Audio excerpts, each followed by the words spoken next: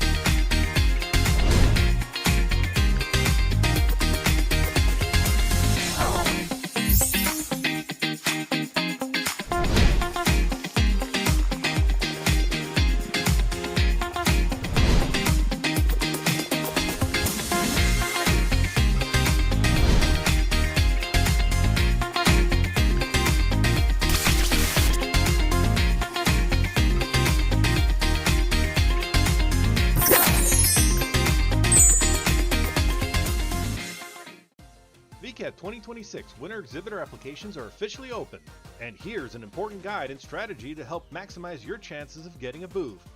Step 1. Log in or sign up for an account at Vket.com. Browse through the worlds and write down the ones that interest you. Go to Exhibitor Circles and create a circle. Go to Exhibitor Application. Step 2. Now this is important. When you click on Exhibitor Sign Up, you will be given a couple of options. This edition of Vket offers 3 booth styles. The standard 4x4x5 PC compatible booth, a similarly sized but lighter spec cross-platform booth focused for Android users, or a 1x1x2 meter item exhibition display. Detailed specs for each booth style are covered at the bottom of the first exhibition application page. Step 3. Understanding these options will greatly increase your chances at getting a booth space. If you want to exhibit across diverse booth styles, select Multi-Exhibition. Your first, second, and third choices should reflect the range of booth styles you're interested in. I do not recommend picking this option, however, if you only want one style of booth. If you only want to exhibit a specific booth style, select Single Exhibition. As your first choice, pick the style of booth and the world you would be most interested in exhibiting in. Without getting too technical, your second and third choices here have little to no influence on your chances of getting a booth. Step 4. During the application period, Vket may release a chart showing the current sign-up demand for first choice.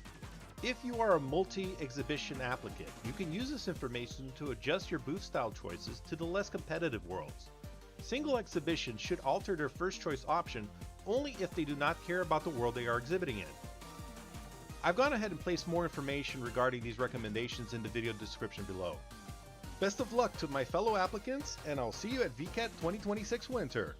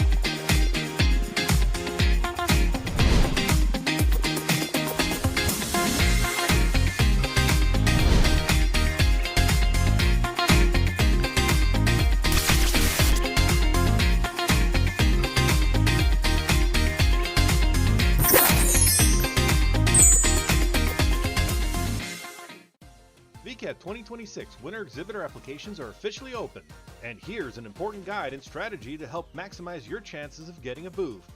Step 1. Log in or sign up for an account at vket.com. Browse through the worlds and write down the ones that interest you. Go to exhibitor circles and create a circle. Go to exhibitor application. Step 2. Now this is important. When you click on exhibitor sign up, you will be given a couple of options. This edition of Vket offers 3 booth styles. The standard 4x4x5 PC compatible booth, a similarly sized but lighter spec cross-platform booth focused for Android users, or a 1x1x2 meter item exhibition display. Detailed specs for each booth style are covered at the bottom of the first exhibition application page. Step 3. Understanding these options will greatly increase your chances at getting a booth space. If you want to exhibit across diverse booth styles, select Multi-Exhibition. Your first, second, and third choices should reflect the range of booth styles you're interested in. I do not recommend picking this option, however, if you only want one style of booth. If you only want to exhibit a specific booth style, select Single Exhibition. As your first choice, pick the style of booth and the world you would be most interested in exhibiting in. Without getting too technical, your second and third choices here have little to no influence on your chances of getting a booth. Step 4. During the application period, Vket may release a chart showing the current sign-up demand for first choice. If you are a multi-exhibition applicant, you can use this information to adjust your booth style choices to the less competitive worlds. Single exhibition should alter their first choice option only if they do not care about the world they are exhibiting in. I've gone ahead and placed more information regarding these recommendations in the video description below. Best of luck to my fellow applicants, and I'll see you at VKet 2026 Winter.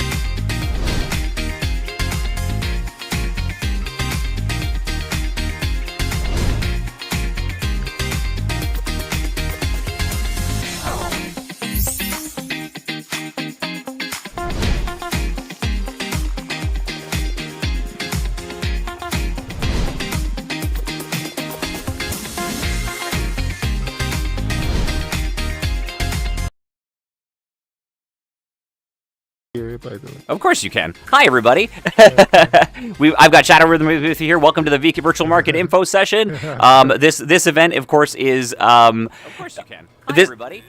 Hang on, I'm mirroring myself. There we go. This event is, of course, a session for new people who are new to signing up for Vket, and also for people who have been at Vket before who want to learn about some of the new changes or refresh their memory on how all of this works.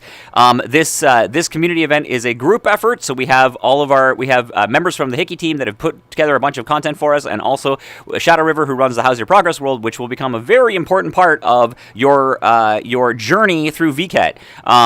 We will host regular progress sessions in this world, so that everybody who's doing Vket would like to, even after the exhibitor sign up period has ended, this is a great place to go to meet people and to maybe join another booth, or to have other people join your booth, or to get help as time goes on. So we're going to have regular info sessions. If you ever see a version of this world up, there's probably someone in it that is willing to help you out with everything, with everything that you need to know about Vket. So this is, so if you see this world open for any reason, whether it's group public or just a friend's instance or whatever, there's probably somebody in here who's learning something about Vket. So you definitely want to check out this world. You can find it very easily in the VRChat menu. And of course, if you join our group, which is down here, Vket GT 3224, you will see a group instance with an event listing open. And if you subscribe to our events, you will see that. There's also an events calendar that is right behind you for everyone who's standing here today. There is a bunch of links in this world, and they're set up in such a way that if you click the link button on the top right, what you'll get is a copy and paste URL entry screen. So you just hit copy on that, and then you can paste that into any browser or anywhere you want to put it. But one of the useful ones is the Google Calendar that's right over there, and that Google Calendar will give you a notification on your phone or whatever based on whenever we do events and whenever we put things in the calendar, okay? You can also find some information about our official ambassadors in here, as well as some example booths of booths that have been done in the past. You'll find over here. We'll talk about those as we go through the info session. And also, we've got a super big screen. The stream can't see it, but it's over there. Yeah, so yeah. So apparently, Shadow River has done a neat trick, and this presentation is available even in public world. So Sliden is great if you've never used it before. We're using an application called Sliden app, and this allows you to put like PPT documents and PDF documents, and essentially just do a slideshow using a video player trick. It's pretty cool, and we also have this particular feature inside of our stage world as well. So if you're doing anything at VKet stage, you'll be able to use it to do exactly what I'm doing here. So, because VKet is more than just booths and 3D items, it's also events and info sessions and general celebration of creativity inside here in VRChat. So, it's good stuff. We really enjoy it. So, hi. Hi, Pausette. Hello. Hi to everybody in the chat. If you're watching along with us here, feel free to join us in VRChat if you'd like, or you can watch on the stream. You can always review this later. It's going to be live on YouTube and Twitch right now, and it will be available for review later.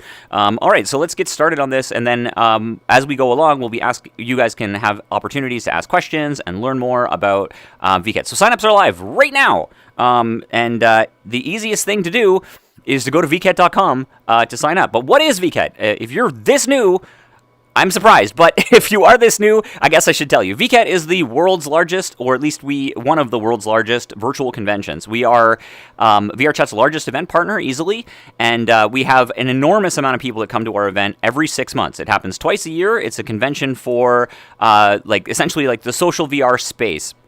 And it's to celebrate, all the models you've seen in VRChat, unless they're full custom, were probably made by somebody who has exhibited at VKet before. All of the accessories you see on booth, all of the everything. Pretty much a lot of world packs that you see, some of the popular shaders and gimmicks.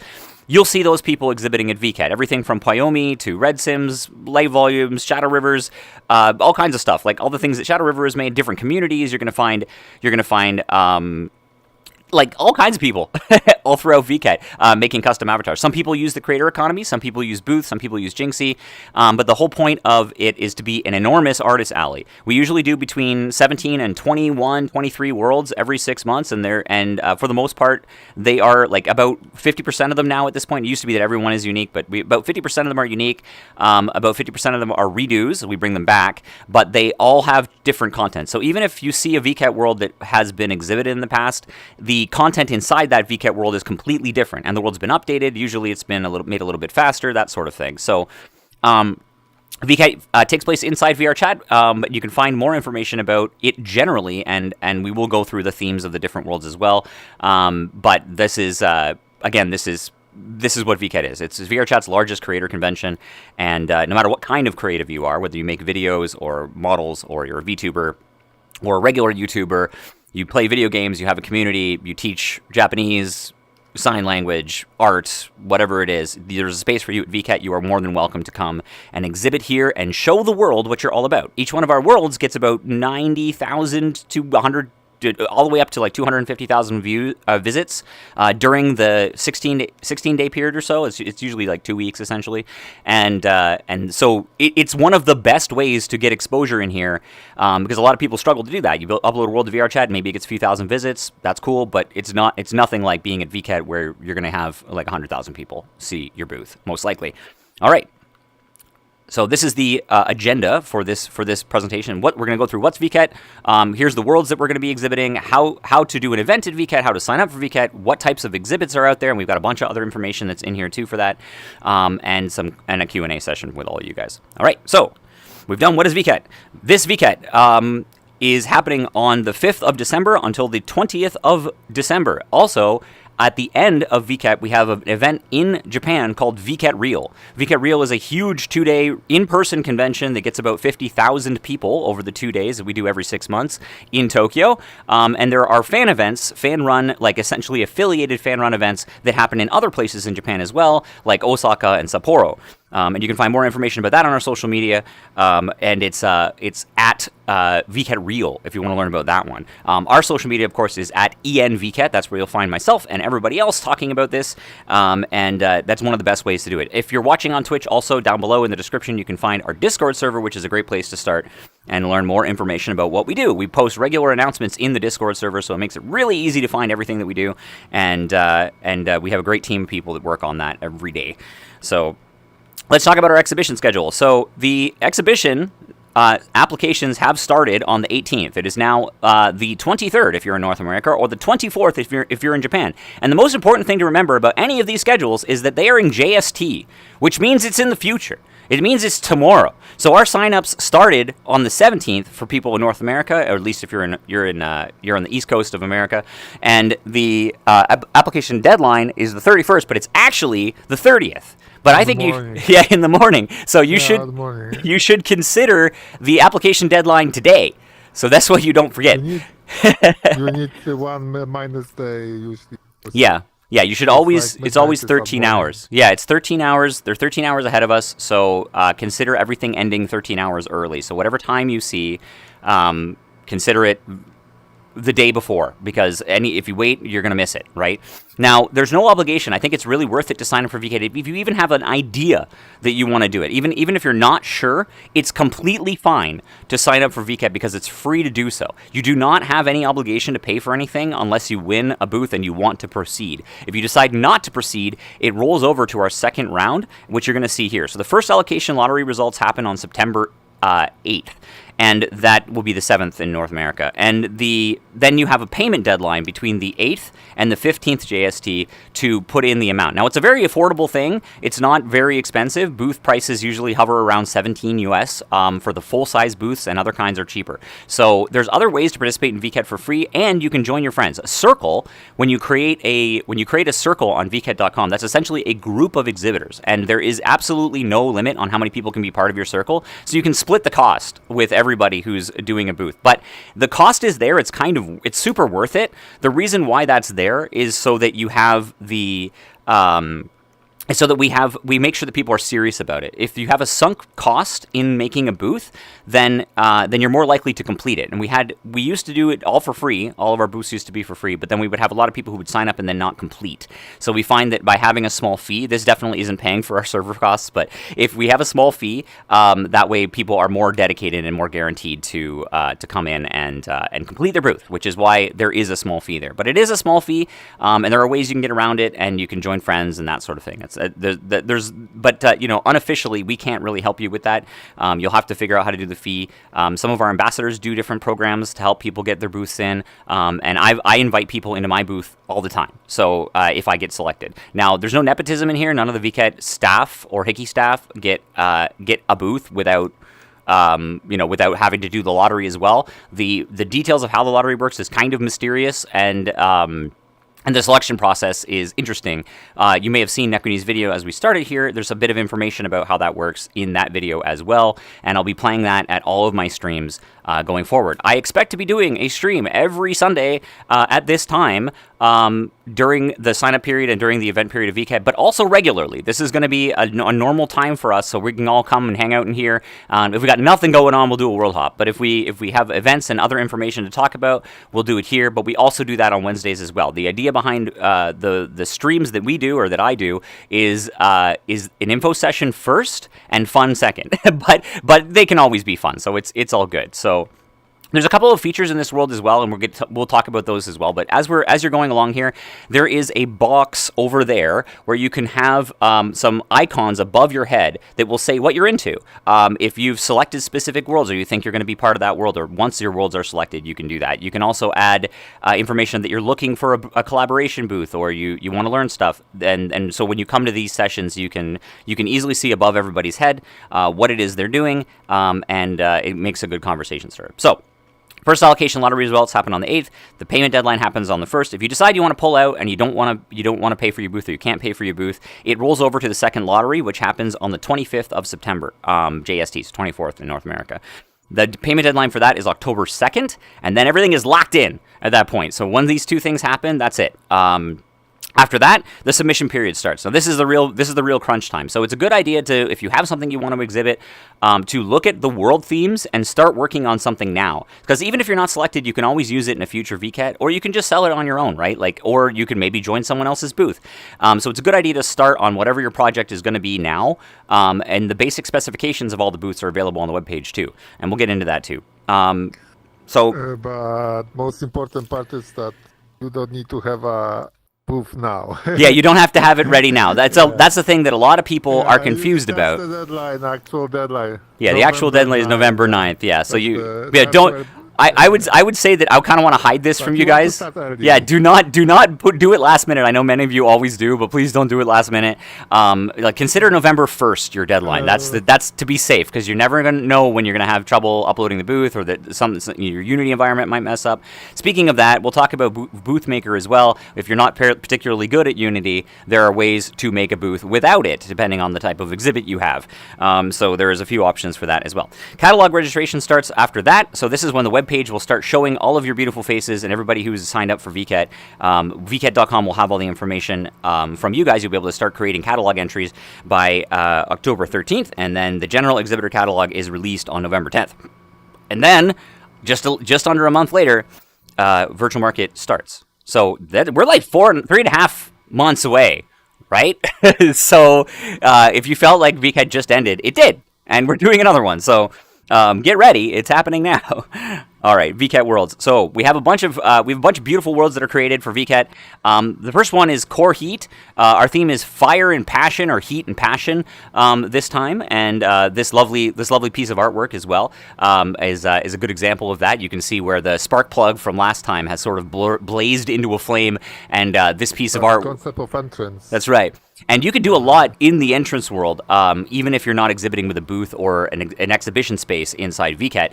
You can do stage events, you can do concerts, you can do info sessions like I'm doing right now, using the same tools that we have here. There's a lot of other things you can do on VCAT stage. You can watch streamers and videos and anything else you'd like to do. All of that is available to you in the entrance stage, as well as a bunch of other information. There's usually freebies and goodies that are being given away. The entrance world also has a catalog of events, so if you've made events inside VCAT, it also has a highlight of our booth spotlight system and a whole lot of other stuff. But it is also the hub with all of the different worlds, and the portals are available from there. And this is the world that will be linked out, usually in VRChat's home world and a bunch of other places. We have 2 corporate worlds. VCAT wouldn't be possible without support from our sponsors, and those sponsors include large companies. So you're in good hands. If you come to VCAT, if you exhibit at VCAT, you'll be exhibiting alongside huge corporations like Netflix, Disney Plus, Suzuki. I'm just naming a few from the past. Alpha Theta, aka Pioneer, Alpine, and other massive companies. Arc System Works and Marvel. There's a lot of really interesting groups. Oh, did I mute it? I'm sorry. Arc System Works and Marvel, all kinds of different groups that have come out and done a bunch of stuff with us over the years and released special stuff. Like there's even outfits from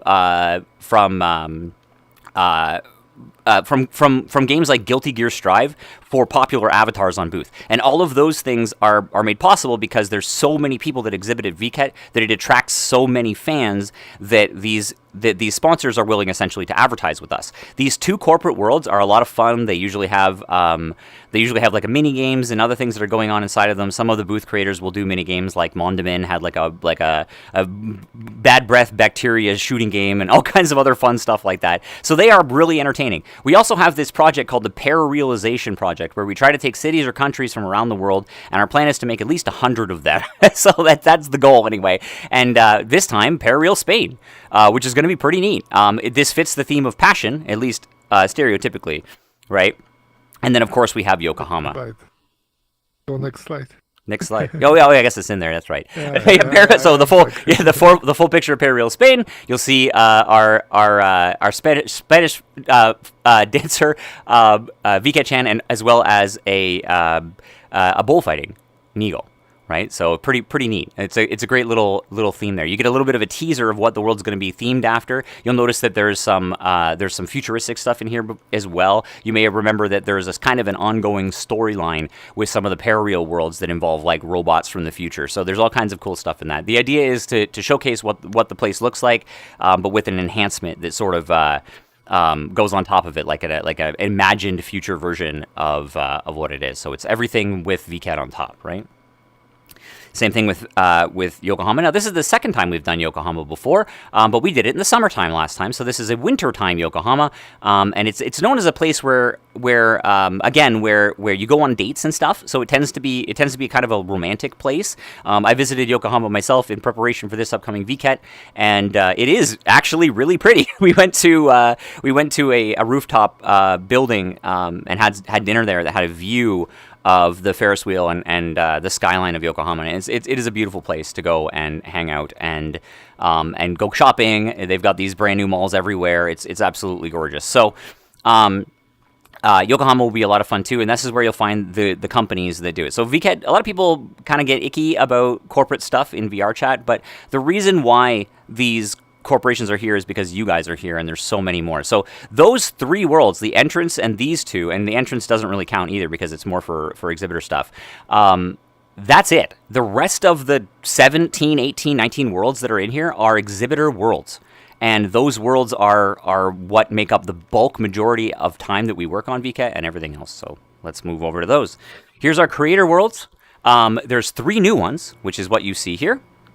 We have Ninja Road, which is a continuation of O Edo Mechanica, a very popular world in the birthplace of the Carico character, which you'll see some of you are in right now. The Ninja Road is kind of an interesting world. These worlds were concepted by Fio, the moving castle, who is one of the founders of VKet, one of two, essentially the concept person and the person who started VKet way back in 2018 in August. We're actually getting very close to our anniversary, which, by the way, is the 26th.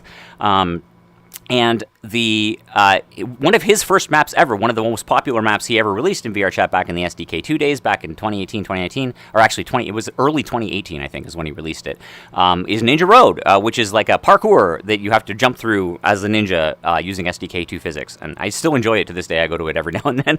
And it has the same name, which is interesting. So you can imagine there'll probably be rooftop ninjas, and of course it'll be themed in O Edo Mechanica, and you can find more information about the themes of the worlds, and we can go through that after too. Over on the other side of where we are, there's a bunch of information just taken right from the webpage.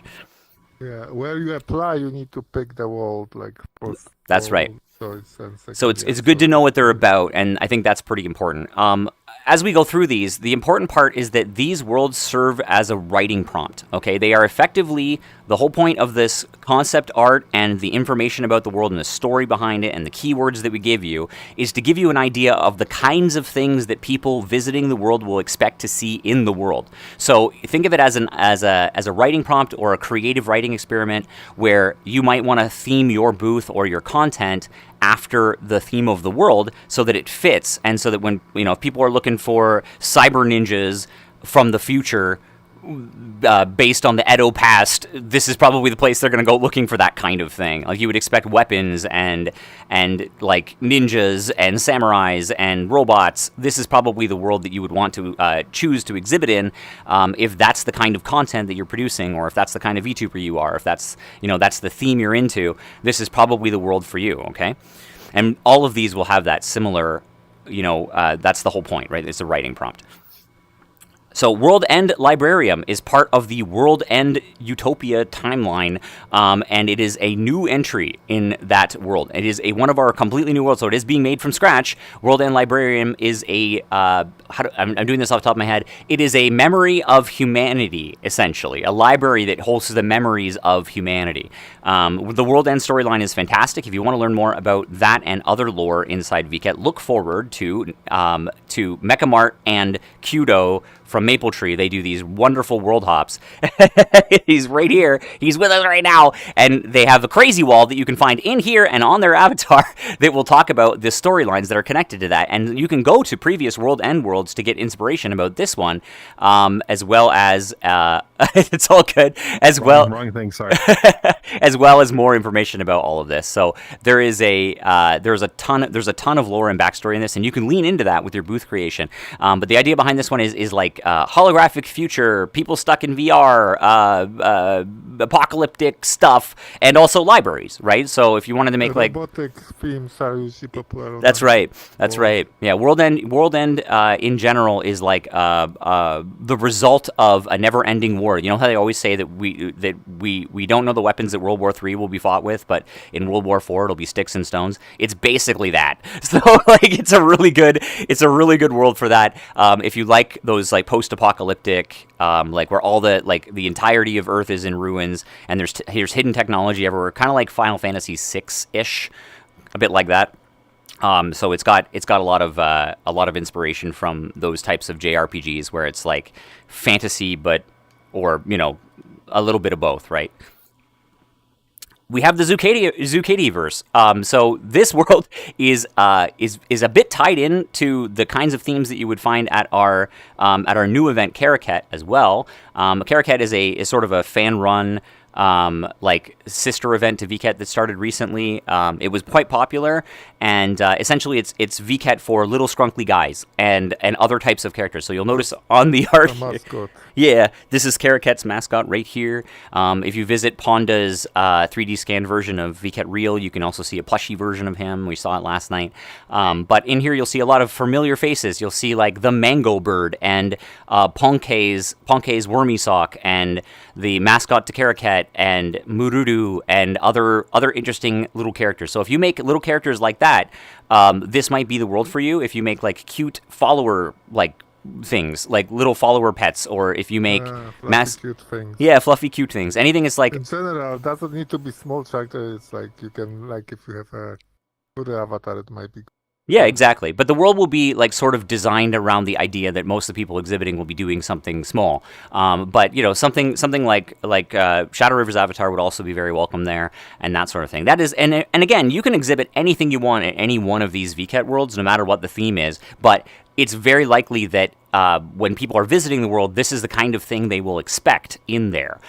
So if you have a character that is like, if you had a giant fighting robot in one of these ones, that might work, but I would recommend doing something with the booth, like maybe the giant fighting robot is fighting off a bunch of sheep or something like that, like in the booth, right? Try to make it fit the theme. Is it always it's a good way to advertise it. Like the more engaging or interesting or fun a booth is, the more people hang out in it. I've seen some pretty crazy stuff. Like people have built like fake scales where you stand on it and it gives you like a rating for your avatar, for example, based on some parameters. And people will spend like hours in there, just hours, because they want to see what their rating is with all of their friends. So you can suck people in and get them stuck in the swamp in your booth if you do something engaging with it.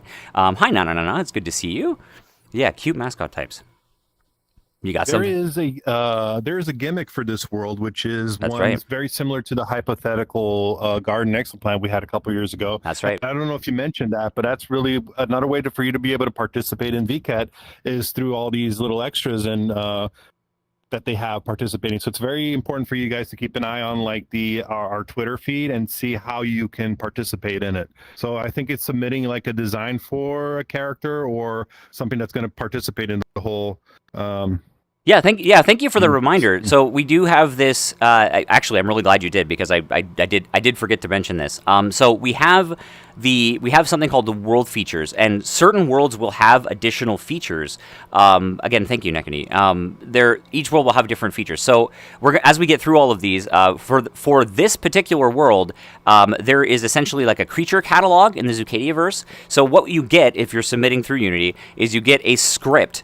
And that little script you attach to your item in the booth. And if you remember Starship Orchestra or Formula, for example, like where you could submit a car and have that be a racing car in the world, like from your booth, we have a similar gimmick in Zucchiniverse where you attach that component and then the visitors of the world can use the gimmick to register your exhibition creature encyclopedia. So we're apparently gotta catch them all. That is the current theme of Zucadiaverse, and you'll be filling up your encyclopedia with pocket Scrunkly guys. I'm being tactful here. All right. So we have 2 invited worlds. This is a new concept that we started last VKet, where we have invited famous worlds to be part of VKet itself. The first world being Poppy Street, made by Coquelicot. Poppy Yokocho is based after Golden Guy, which is a real street in Japan, but this is the VR version. But now we have 2 more. So we have Okeanos Descent, and if you haven't heard of them, they are a beautiful narrative acted experience where you have actors that go through and role play as you're visiting the world, and essentially you go on a journey through the sky, through the ocean, and see all of these creatures from another world. Okeanos Descent is really popular in Japan. It's very high quality and really well made, and they have agreed to do a VKet world with us. So the world will be you'll be traveling from place to place in their theme, and each of the booths will be in a different section. I can imagine, and I know it will be very different, but I can imagine it is quite similar to Starship Orchestra Part 2, where where you would travel from planet to planet. So you'll be going from place to place in here as well, and I believe that will be pretty close to what you can expect from that. Yeah, legally distinct pocket monsters, right? Yeah, you got it. So we only have a week left to exhibit, as Nana mentioned in the chat. I'm just catching up on what you guys have said. Yes, I have resolved the issues that have plagued me on Wednesday. We are definitely good. So, all right. Secondly, we have Murder 4. Murder 4, to everyone's surprise, actually, including mine, Jar has agreed to partner with us, and one of the most popular, if not the most popular game world in VRChat, Murder, is joining us for a very special VKet. Now, this world will be slightly different than what you would expect. It will be an item search kind of world, so the fun of finding items in Murder 4, if you've ever played it before, and maybe we'll do that this upcoming Wednesday. The fun of playing Murder is finding clues around the map, and that is how your exhibits are going to be hidden away inside Murder 4 as we go along. So as you, it's gonna have our item booths. that's right. Yep. So you're gonna find your items in drawers and cabinets and other places like that in there. Look forward to other collaborative efforts with Jar in Murder. There will be more things coming up. So if you want to catch any of those fun events that we're gonna do to promote VKet and everyone else who's gonna be there, yes, please check the official website too. It's vket.com/en for English. But yes, you will see a lot of information about this in the coming days. I'm just going to pull up my list again. One moment. I just want to talk about some of the features of Murder 4. So in Murder 4, exhibitions are going to initially be hidden, and then visitors are able to sort of experience like the thrill of discovery when it comes to this world. We have 2 returning creator worlds also. We have Tetherford, which is a big part of sort of the cyber storyline of certain worlds inside VKet. It is essentially a giant spaceport and shopping district. It's like future space Yokohama, kinda. It's kind of neat. Tetherford has a bunch of like really interesting storyline that's about it. It's not quite like high-tech, low-life. It's a little bit of both, and it lines up with a lot of the other worlds that are in that whole storyline. So the worlds itself is a lot of fun. We've had a lot of interesting characters that pop up in there. A certain gourmand and other interesting folks are part of it. This particular world is a standard space exhibition, and you will find that in this world, it is your standard, like it is your standard world, right? So it is a standard revival venue with a standard space. Speaking of spaces, also as I go through these, we have 916 of them and 20 worlds in total that you'll be able to participate in. And that number might go up as we make sub worlds for different reasons, but 20 worlds is the plan. 916 available spaces so far. And of course, there's three different types. There's space exhibition cross-platform, which we'll get to in a moment, and items. All right. So in terms of... Oh, and I should talk about cross-platform venues, but we're going to get there. All right, Madame Colt's Wunderkammer. This is a sort of German mystery-themed world. The Wunderkammer is essentially a Wondercomer is like a collection of mysterious things from around the world. There's a cursed witch that is part of the world itself, Madame Colt, and her descent into madness can be found inside different books inside the world. This is one of the worlds that you can go back to, as well as Tetherford, of course, you can go back to and visit previous versions of the world to get an idea of what the feel is of those exhibits. If you want to learn a little bit about the story, if you want to learn about if you want to see what the world's gonna flow, like the flow and what it's like, and the kinds of things that you might want to put in there, there's other versions of Tetherford and Madame Colt's Wonderhammer that you can visit that will give you idea of what that world is all about. The storyline is great. You can see a very scaredy cat VketChan at the beginning of it too. It's very cute, and it's all about a magical music box. So we have 2 cross-platform worlds as well, and these are both. So one of each of these worlds will be PC only, and the other one will be PC and Quest. So in Casca Aqua Falls, 1 PC, 1 Quest. This is, of course, a Mokuri world. If you don't know what Mokuri is, Shadow River runs a regular global meetup for Mokuris. And so Next week gonna be... Next week, is it? Oh, it's that soon, huh? So next week, why don't you tell them the time while we're on stream now? It's a good time to promote it. I don't know how to translate. It's usually around 8 p.m. or 9 p.m. on Saturdays, Eastern time, and it's the same time every time. And you do it like is it once a month or twice? Is it once a month or twice a month? Once a month. So once a month, if you want to meet all the other Mokuris, you'll see Savvy Chap over there and his custom Mokuri as well. And we all have Mokuris. And Mokuri is this art and concept was originally created by Akihito Tsukushi, the creator of Maiden Abyss. And this is one of Hickey's IPs. And this is essentially an adoptable species. We also have a bunch of other types of Mokuri that like Kochumi and Genorn and Jifu and Miminomi that you can buy on VRChat's Creator Economy as well. And they are available, of course, as a full version that you can download from Booth and Jinxie. Mokuri has recently been updated. The free one, the original Mokuri avatar, is free. It's been updated with a PSD file with layers that shows you where everything is on your avatar, which is really nice. And the avatar itself has been rebuilt for SDK3, and because it's pretty old, it's been around since like before the first VKet.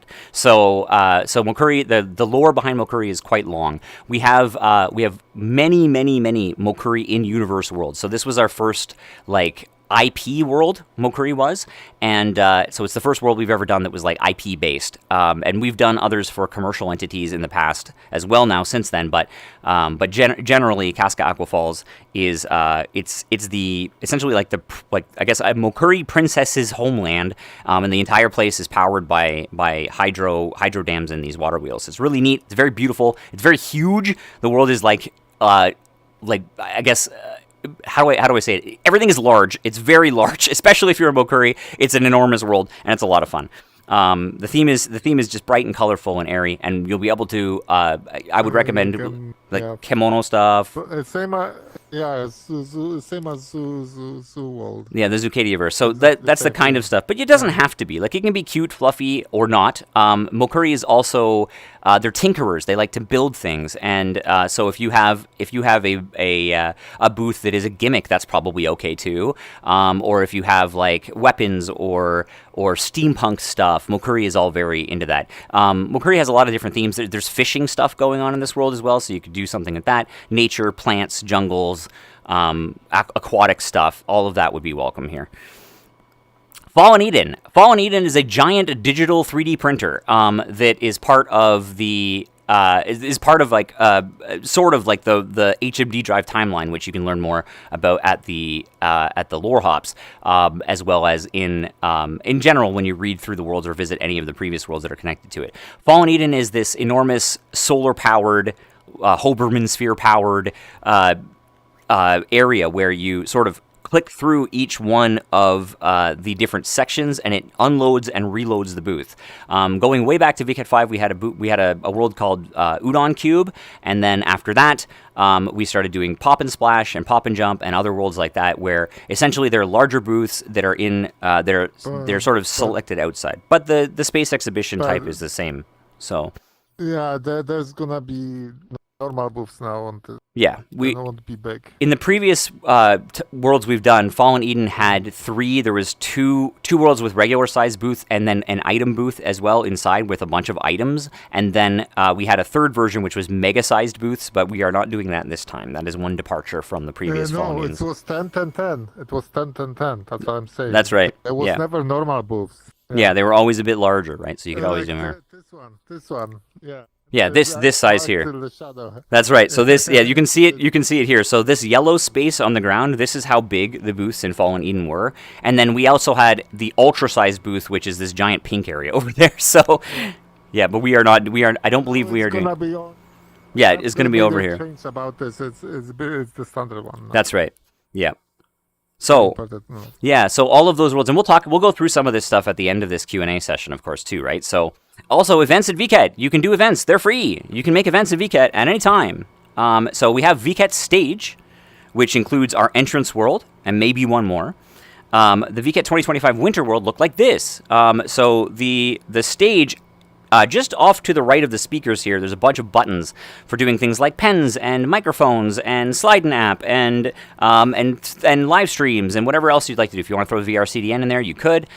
This VKet stage allows you to host your own events, kind of like what I'm doing right now. Worldhops, it's a great meeting place. We would recommend, if you're hosting an event for your community, during the VKet event period so that you can share in the excitement of the event itself, I would recommend hosting it in the entrance world or at one of our VKet stages as a gathering point before you drop the portal. Your events will show up in a calendar on inside the entrance world so people will know it's coming, and it's a great way to be part of VKet itself.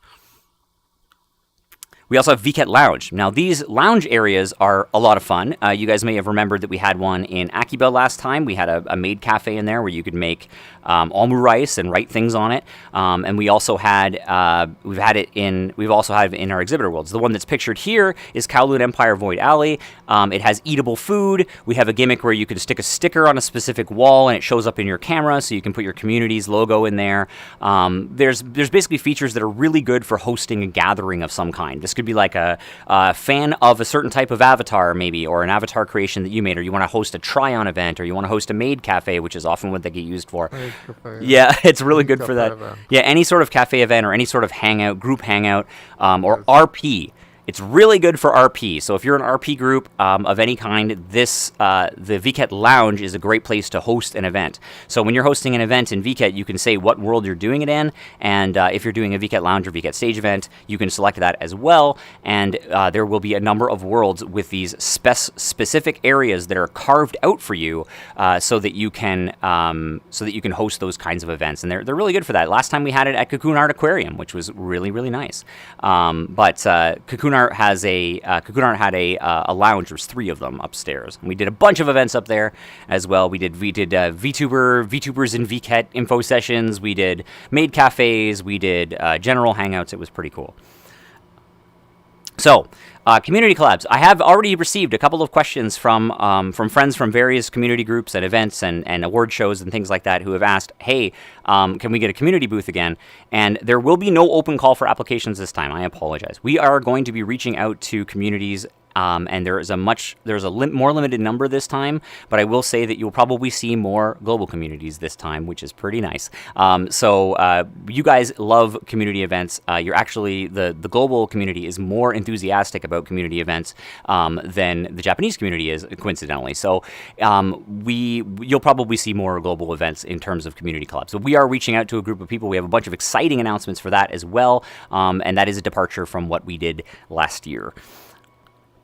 And last season also. But special collaborations like this. So we've done stuff with Jet Ski Rush. We've done stuff with LPD. We've done stuff with VR Dancing. We've done stuff with a ton of communities. You guys saw the Jinxie community as well at Argdella last time. So those large community booths will make a return, but they are being hand selected this time. And those booths are usually really elaborate, and they give you a little bit of information about the community. And what we are hoping is that there will be lots of fun and interesting community events. Fight Finder did an excellent job last time of doing exactly what we had hoped. And a huge thank you to Torxel for that, helping organize that with Mortiz and Gormunder. They had a Carico because they were in Oedo Mechanica. They had a Carico hide and seek. They had a combat video contest and other things that like keep the hype up, right? So if you're a community and you'd like to be part of this and potentially get invited, bring your community to our events. I'm more than happy to talk about community events at the beginning of the World Hops on Wednesdays. And as long as we're not doing a special event like this, I'm more than happy to talk about what you guys are doing, especially during the off season of Vket. So tell us about your community, help us know about your community. Groups like Lux Nova have done some beautiful things in the past with us as well. And the reason why is because they've invited us to that, to consider them, right? So the more interesting things you're doing as a community, the more we feel like you're a good fit for Vket, the more likely it is that we'll come and select you in the future. So the next step is creating event announcements. What you're looking at here is how to create an event announcement during the Vket period. Now, this opens up fairly early, actually. So usually the functionality of the website for creating event listings is pretty early. It's created. You can see the previous event listings under the Hub section, and you'll see that there's a button called Hub at the very front page of vket.com right now. To make it, it's quite easy. Once you're in the Hub section, which is what it looks like what you see here with these sections across the top. You've got official streams, official ambassadors, and so on. So as events are happening, they will show up in English and Japanese. Depending on the language you're using on the webpage, you'll see different events. So it might be worth it to switch your language and check it out, because there's JP events as well. Some people list their events for both, but there's also non-Japanese events like Korean and Spanish and all kinds of other languages that show up in here as well now, since we have so many interesting people. People like Onigiri, actually, who just joined us, actually held an event to talk about onigiri, I guess, a Korean-themed event in their booth, and so they gathered a bunch of folks there, as well as the exhibitor hop, which you'll see here as well. This has been a lovely event that Kudo, Sinreth, and more, plus guests have done, where they go through and invite people to talk about their booths as well. So to make an event, you go to vket.com, you click on the Hub section, then you click on Register a Event. It's a big pink button, or at least it was a big pink button. That might change, but it's there. It's very easy to see. It's at the top of the screen, and as long as you have a Vket account, you can create an event for free. There is no cost, so you can always participate in Vket in some way or another. If you're hosting an event or an RP or something in your own world and you want to promote it through Vket's calendar, you can do that. It is an enormous calendar filled with fun stuff, and people check it all season during the entire event. So you got 2 weeks to help grow your community. And most of the people who do events in Vket find that their community grows by a significant amount, because there's new people discovering what they do for the first time, especially if you have a booth. And even if you're not an invited community group, where you have a community booth in one of our worlds, you are more than welcome to sign up for Vket as a regular community and get a regular exhibition space. There is no reason to not do that. And in fact, we recommend you do both no matter what. So here's how to sign up. So on vket.com, as you can see here, there's an exhibitor sign up button just underneath the amount of days you have left. As you can tell, this photo is quite recent because there's 8 days, 23 hours, and 37 minutes. We are less than that now, as you can tell. So you've got about a week left to sign up. And if you are wondering how much time you have to sign up and put things together, you can see that in this scary-looking countdown on the top of the screen. Now, keep in mind, again, it's important to sign up. There's over there. Yeah, it's also over there. Yeah, that's right. It's in this world too. There's no cost to signing up to register. Essentially, what you're doing at this point, you have to have, there's nothing, you have absolutely nothing, you have to have nothing ready. You don't have to have any booths ready. You don't have to have any products ready. You don't even have to have an idea of what your booth is going to be yet. You just have to make a decision on what worlds you'd like to exhibit at, and you get to pick from a list of 3, like first, second, and third choice. And when you do that sign up, again, there's no obligation or cost. You're essentially registering your interest to be part of Vket. Those slots go fast. The sooner you get in there, the more likely it is that someone will not pick the same world as you, because we publish these updates on how many are there. Since we were talking about this before we get to this next part, let's go ahead and talk about that in just a moment. So what you do is you select an exhibitor circle or create one. So on vket.com, you can register a circle, which is essentially a group of exhibitors. And once you've done that, the exhibitor circle can be reselected from previous VKets if you've tried or were applying. And circles can, again, have as many people in them as you like, and you can invite people into your circle as long as they have a Vket account.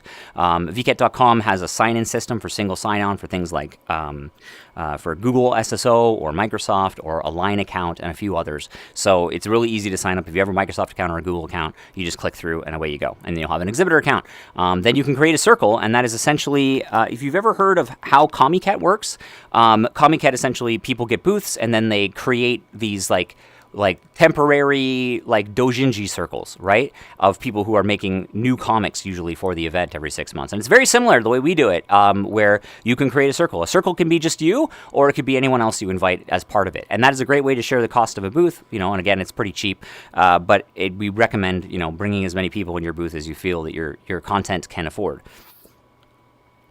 There's two types of exhibition. So there's single exhibition and multi-exhibition. A single exhibition is, I want a booth. I don't think I could do any more booths, even if I had a chance. And you get one slot allocation, essentially, right? So you pick your top 3 world choices, and where it's weighted slightly to your top choice.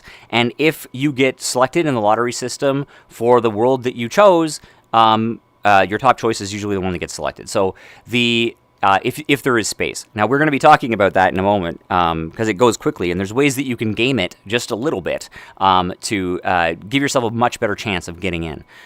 So you get a potential allocation from your first and third choices, so you get to pick 3 worlds. Like, this is the world I really want to be in, this one might work, and this one might work, is essentially what you're doing. Is like you're picking from the different themed worlds that we just went through and trying to think if your content would make sense in those worlds. So you pick your top 3, and then when the lottery happens, if you are selected or if you're lucky, usually it's a 1 in 3 or 1 in 2 chance, but we've had a lot of new exhibitors, so that is changing, but there's ways you can make those odds much better. Multi-exhibition, you could get multiple booths. So it is unlikely that you would get a multiple booth just because of the number of people that are doing it, but it does effectively give you a second chance. So the first round lottery is from the first through third choice, and the idea is we need to fill all the slots in every world, right?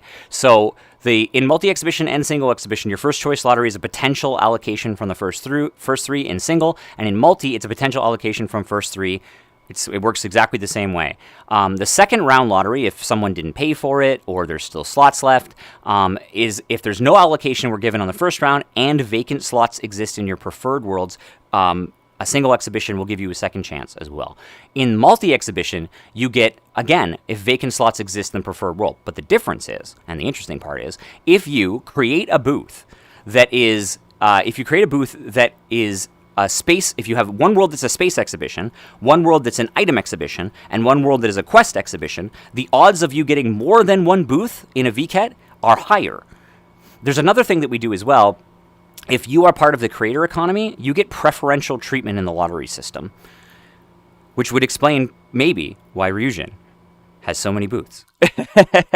And also luck. A lot of it comes down to luck. There is no nepotism in here, but if you are part of VRChat's creator economy, we've decided to help out those people who are utilizing that system and give them preferential treatment for when you're creating stuff. So you can have a creator economy button. If you guys don't know, if you have something on creator economy and you create an avatar pedestal, that avatar pedestal will bring up your catalog page in VRChat instead of bringing up or just cloning the avatar or having you wear it. So we recommend that you utilize those IDs if you are a creator in the creator economy, and there is a special place where you can put that information when you sign in. So you select one of your 3 worlds, and then you apply to exhibit, and then they give you the lottery results at that point. So I'm going to pause here for just a second, and what we're going to do is we're going to walk. After a while. Yeah. Yeah. By the way, you can change your selection during application period. That's right. So we're going to talk about that right now, actually. Let's go over here.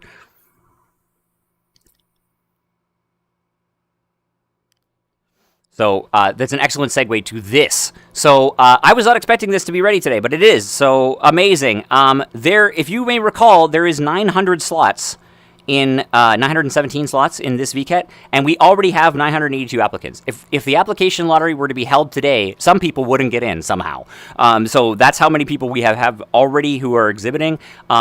The official Japanese one is here. It's in the Japanese Progress World, the sister world to this one, for the Japanese community. And this was just recently posted. So, what does this number mean? This number means that if the lottery was to be held tomorrow and you picked a Kunoichi in Ninja Road, you would get in. Yeah, guaranteed. But that will change. Right? Most people have a tendency, and you'll notice this all the way down, when there's more than one world, most people have a tendency to pick the first of the two, which is kind of a bad strategy. So what I would recommend is looking at what the allocation results are here and try to pick a world that has less people there. If you want to be in Ninja Road, it probably doesn't matter which one you go to. So pick the one that has less people in it currently. Now you can change this exhibition selection early and during the exhibition period up until when the lottery starts. So you can apply to exhibit a VKet, then you can go back and see this midway progress. So this is the first one we've released. Usually we do 2. And you can see how full they are. They also give you a small warning on the webpage as well to let you know the world's nearly full or is full.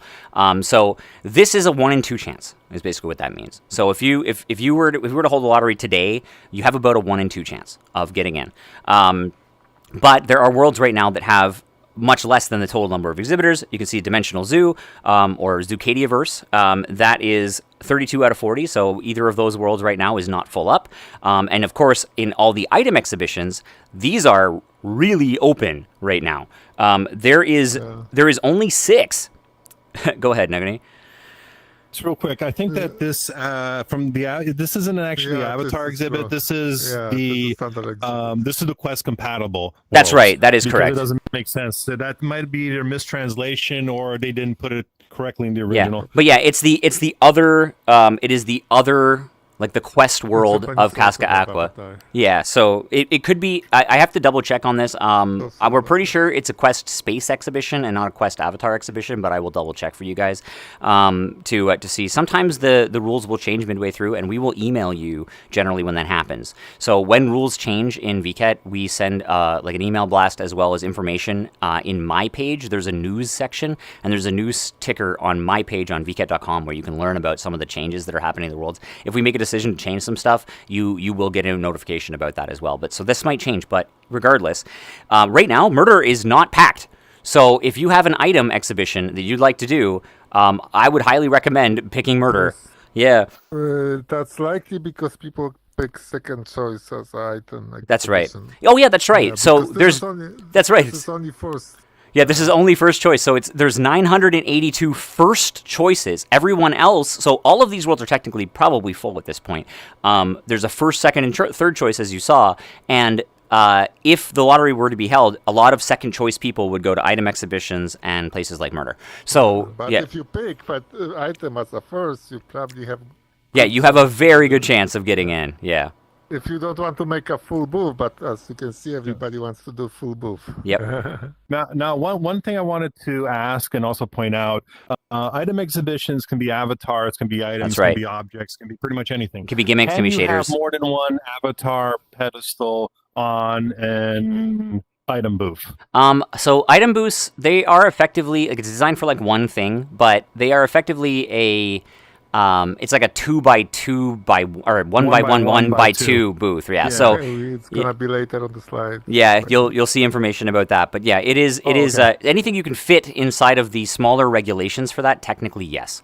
So usually, but you can have within the limitations of the textures and everything, you might be able to put more than one avatar pedestal. Yeah. I know there's no additional gimmicks allowed, no audio, no video or anything like that, but the focus is exhibiting avatars. But if you can have more than one pedestal, this is an opportunity. If you think you might not be able to get one of the other ones, or you're running the risk, select multi-exhibition and then pick one of pick one of these ones as your fallback, because if you don't get a main one, there's much more likely for you to get one of these. At least you'll be able to exhibit your avatars or a smaller version of everything you have. So, and don't forget your catalog also can contain as many things as you like. So when you create your VKet catalog, you're exhibiting circle members and everything on the catalog on the webpage. So you can have a catalog link and the item booth as well. And if people use the EX menu, they're also able to bring up their catalog, and it will show everything that you are exhibiting on the webpage as well. So that is a good thing to have. But yeah, so this is the current state. We have 982 first choice exhibitions, which is technically all of them, all of the potential slots in VKet. But many people have selected, Ninja Road, for example, which is the top choice right now. So the first world of the two worlds of Ninja Road is the most popular, and then it goes descending from there. And you'll notice that the second most popular world is World End Library. Third most popular world is Zucadiaverse, which is a surprise to me. Pretty awesome. And Tetherford being the fourth. Wonderhammer is the fifth, and Casca Aqua, the PC version, is the sixth. And that's people picking that as their first choice exhibition. So the first world that they would like to be in, it's in that order at the moment. So if you make your first choice Kunoichi, you'll be pretty much guaranteed, or you would be pretty much guaranteed if we held the lottery today. But there's 7 days left of the lottery, so so you never know. Yeah, now that we're doing these info sessions, maybe we'll get more people.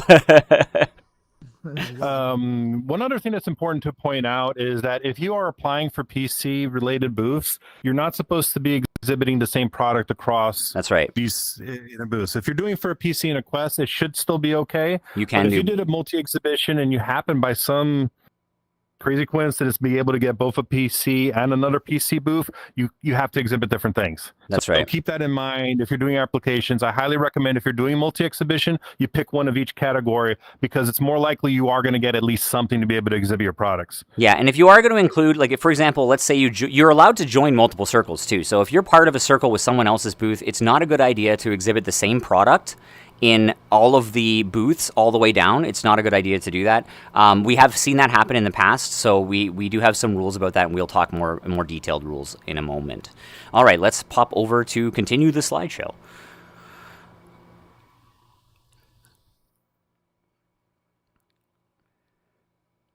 All right, so we're going to talk about exhibit types. What you're looking at here is the standard space exhibition. This is your normal space, right? In the past, we referred to them as booths, but really it's an exhibition space. That is the most accurate description, because it doesn't have to be a booth. It could be a big open thing, right? As long as it fits inside of our limitations here. So booths are highly flexible, or exhibits are highly flexible. It's going to take me a while to get used to saying that. So it's the exhibition format that VKet is known for. This is also why they're the most popular, because you can do almost anything in them. Now, we've actually changed a few things about the rules, and I'm going to be talking about that soon. The CTS team on Hickey's side has made it very clear to us that that I need to mention some of those things, and I have the list of changes up on another tab here, and I'll be going through that in a moment with you. But let's talk about this first. So, highly flexible exhibition format. You can make the most of a spacious 4x4x4 by 5.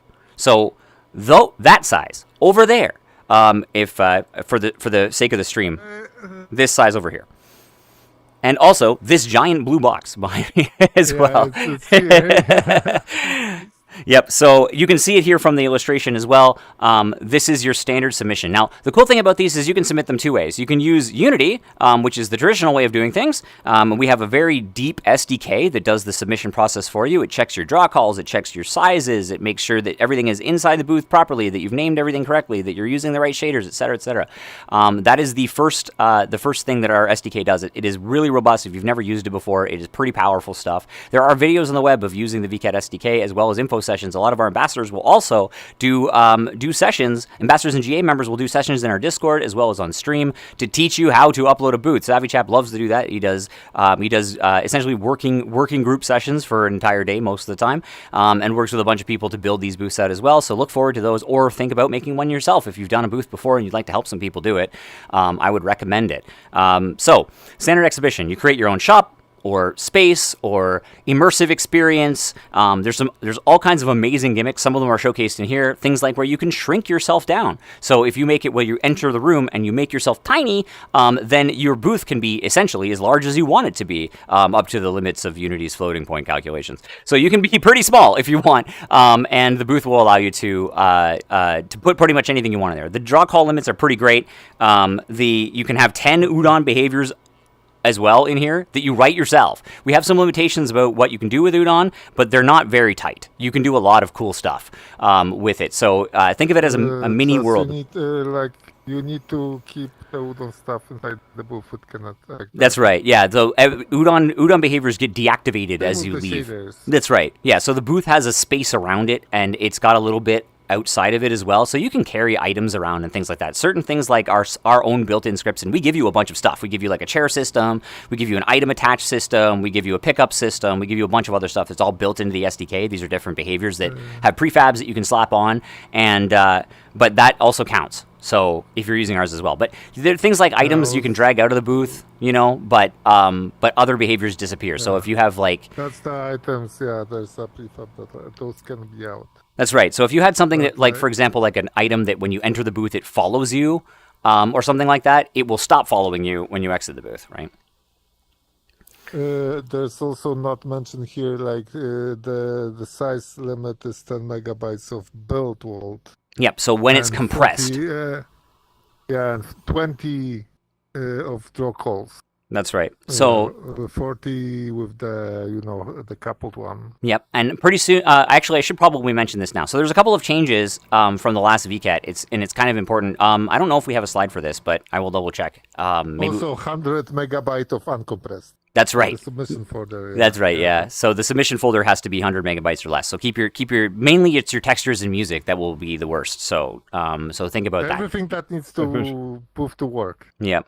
But if you have any problems with this and creating booths, feel free to join the Discord. We have a lot of people there from the Global Assist team. They'll be more than happy to warrant you how to, get over your any kind of errors you're getting from VKet tools, or teach you ways that you can compress. Like, don't use blend shapes, put everything in a single folder. So we can help you. Use Meshbaker. Yeah.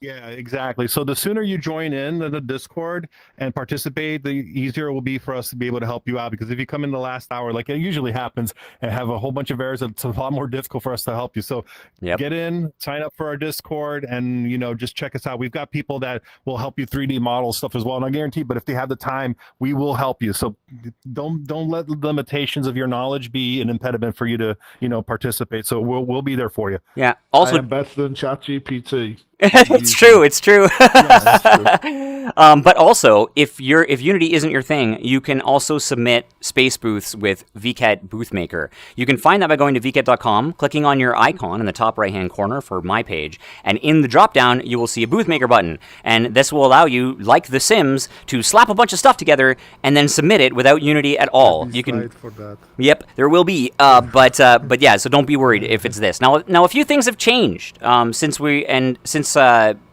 last time. So since winter 2020, or summer 2026 rather, for winter 2026, we have some regulations that have changed. So first of all, textures containing elements that are NSFW are going to be scanned.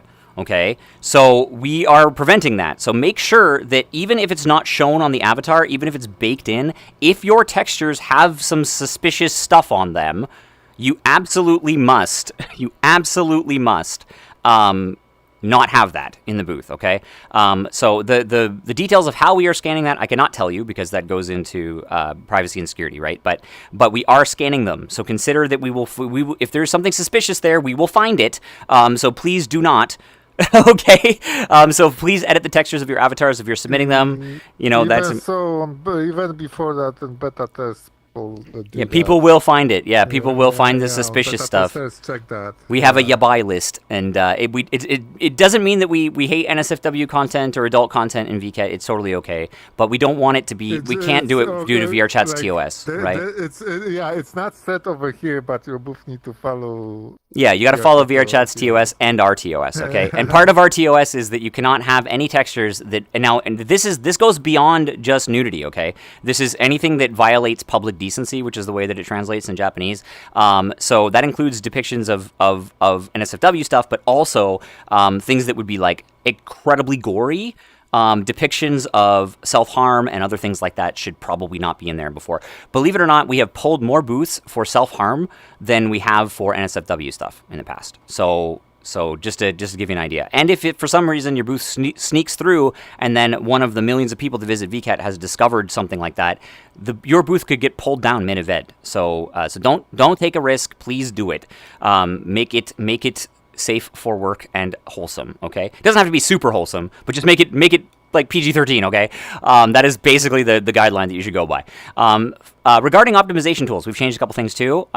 There's been some restrictions on that too. So some of you might be familiar with tools like Meshia mesh compression and other tools like the non-destructive modular framework, as well as Antoa's avatar optimizer. So in the past, a lot of people have used those tools to create .asset files because that's the way that they work. So they take like the full fat version of the avatar or whatever it is that you're submitting, and it converts it down into like a .asset format so that the final build size is much smaller. For reasons we are not allowing .asset files generated by optimization tools as a post-processing step, and specifications of the placement process prevent them from displaying correctly. So the way that our booth processing tool works with the SDK before it gets sent up to our servers will kind of break those kinds of things. So we would prefer you didn't use them. One of the things that is supported, however, is Meshbaker. So if you are using Skin Meshbaker, and we have instructions on how to do that on the webpage, you can do that. But the final resulting file has to be effectively an FBX before the submission process and checks start in our SDK. So that's super important. So I know those tools are fantastic. I use them every day too. I use AAO and Dark Players, and I use NDMF, and I use Meshia, and I use all those tools like all the time. But you cannot use them in your VKet booth because it's difficult for us to make sure the booth is complying with our specifications when those tools are used. So please do not use them. Shaders, the versions of the shaders that we include, like Poyomi and others, Silence, Cell Shading Shader, and others like that, they've been updated. So if you use any of the included shader packs that are in here, you can't modify the script in it. We've had a few people do that. This regulation might have been my fault, actually, because we did some sneaky stuff in my booth with RedSim, as you'd expect with someone like him.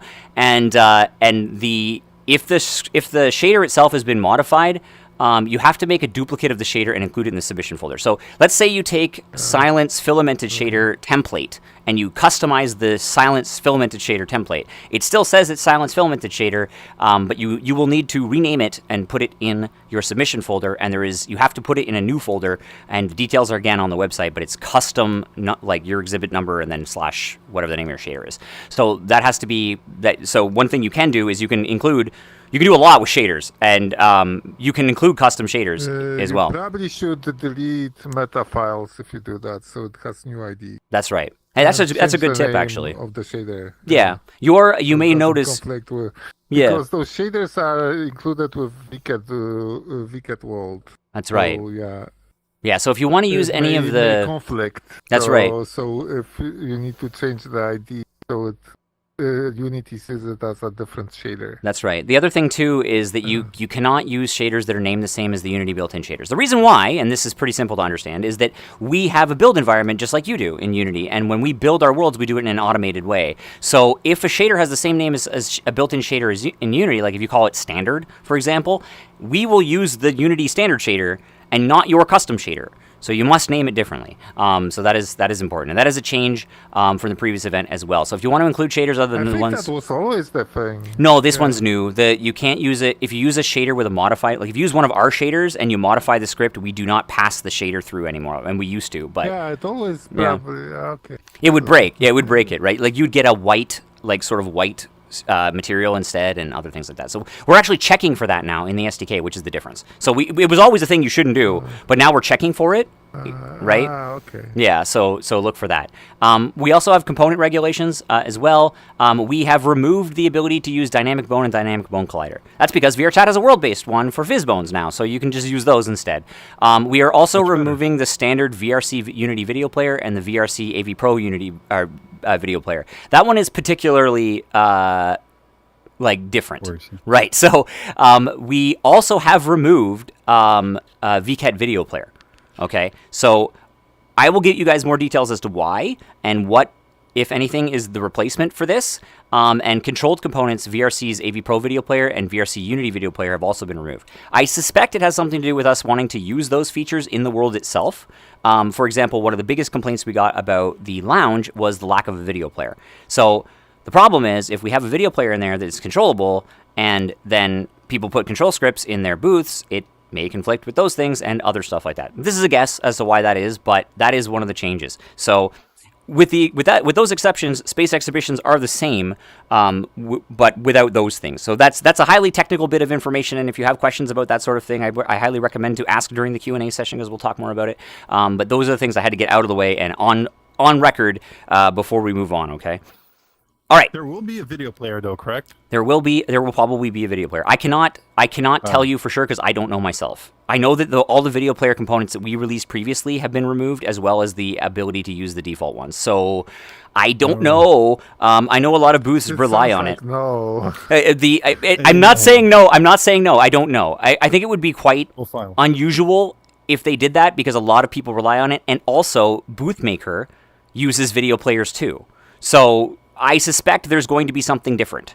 If they want to make a new prefab, that makes sense. Yes, exactly. And a lot of people rely on that. Everyone has trailers for their avatars and music in their booth and all kinds of stuff like that. So we know that you all use it. So I can't imagine that they're not going to have a video player of some kind. It might just be different. I will get you guys the info as soon as I know. But I don't, unfortunately, know at the moment. Might be new prefab. That's what they mean. It could be. Yeah, we've removed the old one anyway. Let me put it that way. Because that means like the old booth is not compatible fully if you have. That's right. Yeah, if you have the old player, SDK and you want to bring your booth forward, if you have the video player, you can't use it again. So the new SDK will say no.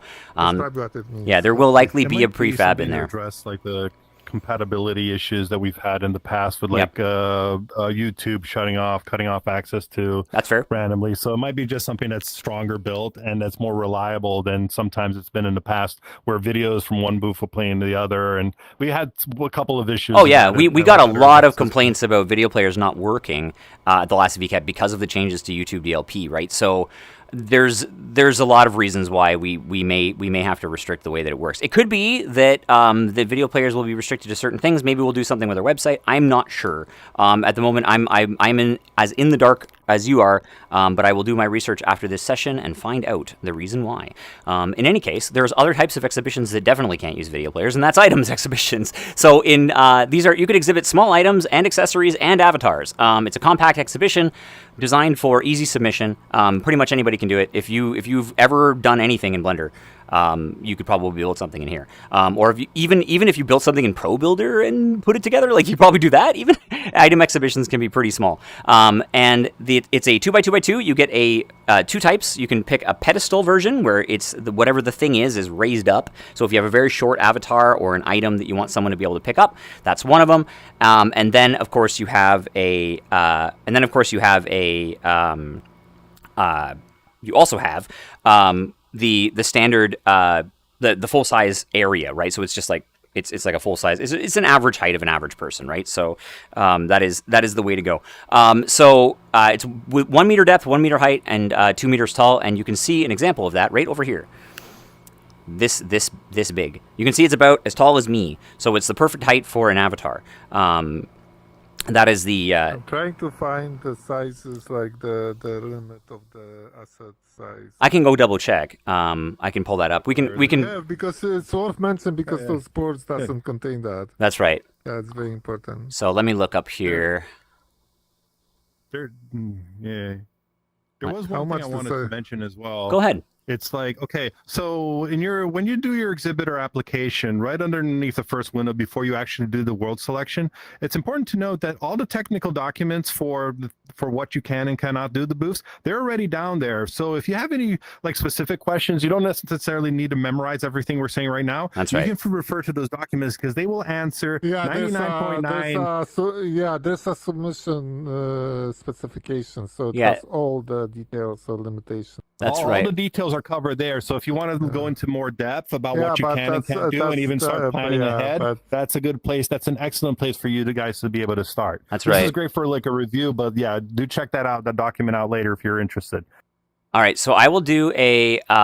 There's a link also there. Yeah. I think it's still working. I'm going to do a. I'm actually going to put that link with the highlighted parts about the changes. I'm going to put that in the chat right there, right now, so that you can see it. So that is the link you're looking for if you're in the chat at the moment. Let's see. I have to remove something. Bear with me here. Just a second. It's I guess 3 when we're megabytes. done with... Okay, I found it. It's 3 megabytes of compressed, so it's built, and it's 6 draw calls with 10 botched. That's right. Yeah. That is right. So, and probably the submission for it's also 100 megabyte probably. Most likely. So I don't know. It doesn't mention. I would need to search it. That's true. So that is the basics of that.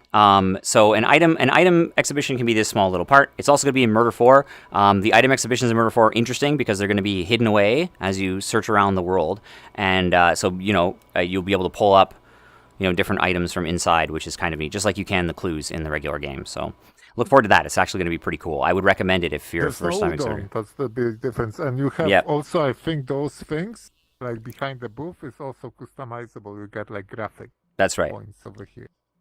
That is correct. A little tip for the item exhibition is you can merge multiple items onto the one item. So if you have like different things, you can have them all as one object. So you pick it up. Yeah, that's right. So you mentioned that when we were on over there. You can throw it. I think because there was an avatar for the summer event, and they actually had 7 avatars on the one avatar. That's smart. That's really smart. It was really funny. It was really clever. Yep, that is really smart. As long as you can compress it all into one, there's optimization tools out there that as long as you do it beforehand, like we saw, you'll be able to fit a lot in there. That's right. Yep, that is absolutely true. There's shader restrictions on that too. There's just a number of draw calls. So yeah, it can be pretty small. So you do have to be with the quest worlds though. You can only use quest compatible shaders. So keep that in mind.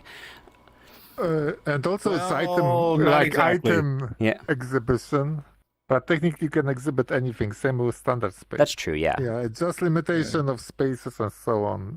You can exhibit single thing, but you can do multiple if you crazy. That's right. And if you have an item booth in Zucadiaverse or a space booth, you can still, even in the item booth, you can still attach our special script to make it part of the encyclopedia. So that's a cool feature of that world as well.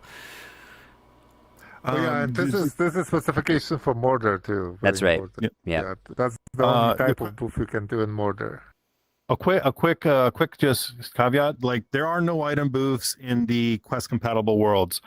Like as far as the shaders, it's not just it has to be quest compatible. There's a whitelist shader list. So if you do get, I guess it will be covered in the next slide. But if you do get a quest booth, you have to use the shaders that are in their the whitelist. That's right. The whitelist includes quite a few shaders. I can actually mention them now because I've got the list in front of me. So let me just pull that up. Wait, the whitelist? You mean the quest? The shader whitelist. Yeah. So those okay. That's not really white. It's like it's built in. Included ones. That's right. So. Yeah, so you don't need to include it in submission folder. Anything like extra shader you want to do, you need to place it in the submission folder. That's right. Not for quest. Not for quest. Not on quest. Yeah, but it's confusing because it's not like whitelist. Like I asked him if you mean quest whitelist. Yeah, I don't really mean a whitelist. It's a whitelist of shaders that are included, right? So we include unlit white flare. So white flare shader. It's a beautiful shader if you've never used it before. It was a cool replacement for VketChan Toon shader. It's like kind of a one-in-one, but it's got a lot more features now. If you've never used white flare shader, I recommend it. It's pretty neat. We also support M-Toon. We also support Uni Unlit now in Uni VRM. We also support Mochi's Unity shaders, which is kind of crazy because that shader is enormous. So we support that one. And I know a lot of you love Mochi shaders, so that's one of them. We also That's not a problem if they include it in. That's right. Like in the world upload. That's right. Yeah. That's right. That's one copy. That's the thing. Yeah, one thing is that when by using those shaders, you improve the performance of the world overall because you only have like one version of it. Like we upload it with our version of it, right? So it reduces the amount of shader keywords that get used, which is nice. So also those big ones probably wouldn't fit in submission folder if you would use that. So that's true. Yeah. Mochi shader is huge by itself, and putting it in your submission folder would probably balloon the size of your booth by a lot. So it makes sense. But yeah, so we support Unlit, White Flare, M2, Uni Unlit from UniVRM, Mochi's Unity shaders, Little Tune as well, and it's version 2.3.4, so it has to come from VCC, and Unlit White Flare Shader also has to come from VCC, and we also support Filamented Standard 1.4 by Silent, which is a lovely shader.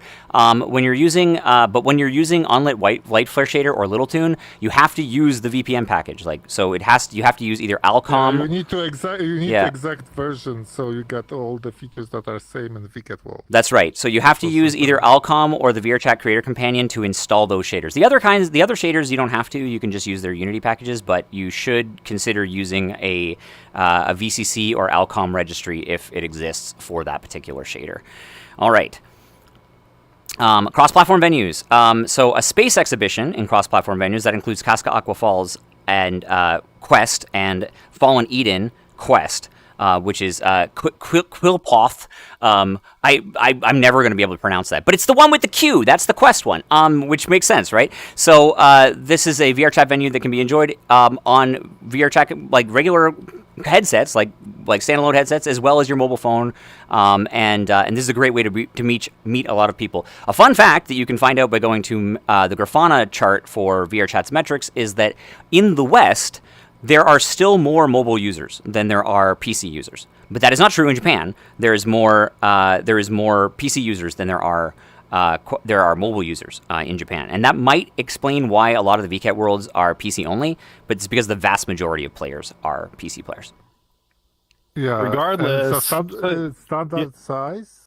Yes. And the only difference from the standard booths is that there's 3 megabyte limit on the. That's right. Compressed And So something that's very important, Locals a lot of are the people don't same. realize and think, oh, they're very dismissive, it's just Quest. But remember, not only are you going to be getting all the people that are visiting from the PC world, they're going to go through there anyway, you're also, in addition to that, getting all the Quest users. And believe me, I've been in the hub world for a long time, and we get a lot of Quest users. So you actually have access to possibly an even larger audience than you would a normal. And if you think that Quest booths are too limiting, and I know that it goes from 10 to 3 megabytes, we have examples back there, which we'll show you later, of booths that were made for Quest, so you can see what's possible. You can do. Yeah, what's possible. And believe me, a lot is possible. It's just a matter of knowing how to compress, how to use the space, and since you can use the same amount of dome behaviors, you have access to the same like gimmicks and resources that all the people in the PC do. Your major limitation is really going to be things like excessively sized animators. Yeah. Or you don't have no. Yeah, you have 10. Yeah, you have 10. Yeah, 10 udon behaviors. What's exciting about this is that this is a departure from the last two VKets. So we've been trying different ways of doing Quest compatible stuff. So you guys might remember Utopia, where the avatar was animated for you and it was a character in a world and you could only submit it that way. That was one of the ways. Oh my God, my hand come back. That was one of the ways that you could do a booth in previous, but now it's not available. You need to that's use right. Unity. Yeah, you cannot use Vket Booth Maker for this, but you do need to use Unity, and they have to be smaller. But people expect simpler booths, so you don't have to worry about making it super elaborate. But you can, and you just have to like really crunch it down, right? The booth, we're bringing back booths for Quest, which is nice. So in the past, we've had only item exhibitions for Quest or only avatar exhibitions for Quest. It had to be humanoid, things like that. So we're changing that, and we're going back to doing a Quest compatible booth in Two Worlds, in Fallen Eden and in Casca Aqua Falls. So look forward to that. You can do udon in them again and all the other fun stuff, right? So yeah. One quick very requirement is that you have to make sure that all avatars that are being exhibited in the Quest world are Quest compatible. That's right. Yeah, they can't be PC only avatars, and actually it should probably be both. I have seen, and this is a real shame, I have seen in the past where people submitted Quest compatible stuff where they didn't upload the PC version on, so they just left the Quest version. So all the PC users coming to the Quest world couldn't try on the avatar. I've experienced that a few times. It's kind of funny. So please upload it for both. It doesn't mean that all your avatars that you sell separately have to be PC compatible, but the ones that you exhibit with any kind The of ones that pedestals you- have to yeah. be usable by both. Because the reason is that we want to make sure that everybody has a similar experience when they're going in. That's right. That is exactly right. All right. Next. Let me move my camera out of the way here. All right. How to submit. We're a bit early to talk about this, so I'll skim through it a little bit. But it's likely gonna be the same. it will likely be. It's going to be very similar. VKet tools go through an evolution. It uses a piece of software called VitDeck. VitDeck is this really cool thing you can find on GitHub that is a tool that is specifically designed to host large events and submissions inside Unity environments for lots and lots of people. It's really neat. VitDeck is evolved, and we have a special version of it for VKet. And essentially, what you do is you download VKet tools. And then you're going to import your booth or your FBX files into a directory. Once you've installed it in Unity, you add the features and prefabs and udon and everything that you're going to do. Then you check for errors. Now you're guaranteed to get errors. That's pretty much just the way it works. You are guaranteed to get some sort of limitation, whether it's the size or like an udon behavior, or maybe you've got something in the wrong directory. You're guaranteed to get errors. This is something you should expect. It's almost never going to work the first time, but that's so that you can change things that you need to change in the set, right? Essentially, it looks like this. Yeah, if you ever made a vault, it's practically. Yeah, if you've ever, in fact, technically. yeah, in fact, I think avatars are sometimes harder than worlds. So, if you can do an avatar, you can definitely it's a submit. lot easier. A vault is everything that is on the square will be. The most important part is that it needs to be in this object That's with right. the submission ID over here, and all the stuff need to be in the folder over here. Actually, it's a folder itself over here. That's right. So the extra one folder in here, you'll get a number, right? So like your number could be like and 137, right? The VKet tool gonna generate anything that is in this folder gonna be submitted. Anything outside won't work, and VKet tool's gonna complain about that. Yeah, don't worry too. This is also in English. Like when you get the tools open, they're in English. Don't worry. It But runs all the tests. That's right. Rule check and stuff. So you probably shouldn't do anything wrong. well, it'll let you know, right? The other thing that's interesting too is you get these packages here. You get this button here for VKet packages, and you get this button here for VKet prefabs. So that will let you install different tools that we provide. Things like the immersive sitting and a few other like really cool tools you will find in that section as well. All right. Yeah, there's some things that probably would pass, but if that's gonna be noticed, they're gonna send you email. That's right. So Boothmaker, in this lovely piece of art here, this is our own tool. Boothmaker is really interesting. It allows you to, as I mentioned, submit directly from inside of the web browser environment or on a mobile phone. Boothmaker is fairly easy to use. You can find it on VKet. On VKet.com in the top right-hand corner, you'll see it in the drop-down, and it's like playing The Sims. You essentially get an isometric view. It has some cool features actually that aren't really easy to do on PC on the PC submission side, like NPCs that you can animate and other things like that, which is kind of cool. So one thing I love about Boothmaker is that if you're worried that your booth can't get through, or you want to submit your booth early, so that you know where you're going to be in the world when we start building the world out, you can submit using Boothmaker as a fallback. And you can submit as many times as you overwrite your booth submission.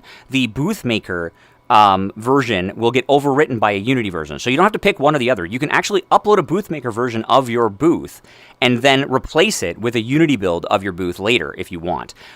So what a lot of people will do is they'll upload a good enough Boothmaker version to make sure that their exhibition is locked in and it has the basic information that they need, like your circle page, maybe an avatar pedestal, a video player, some pictures, some group links, things like that, right? So that's what people will put in there. And then they'll start working on their actual Unity booth, and then they'll replace it. And if something goes wrong, or their Unity environment gets corrupted, or they're unable to finish their booth, they'll just go back in and resubmit.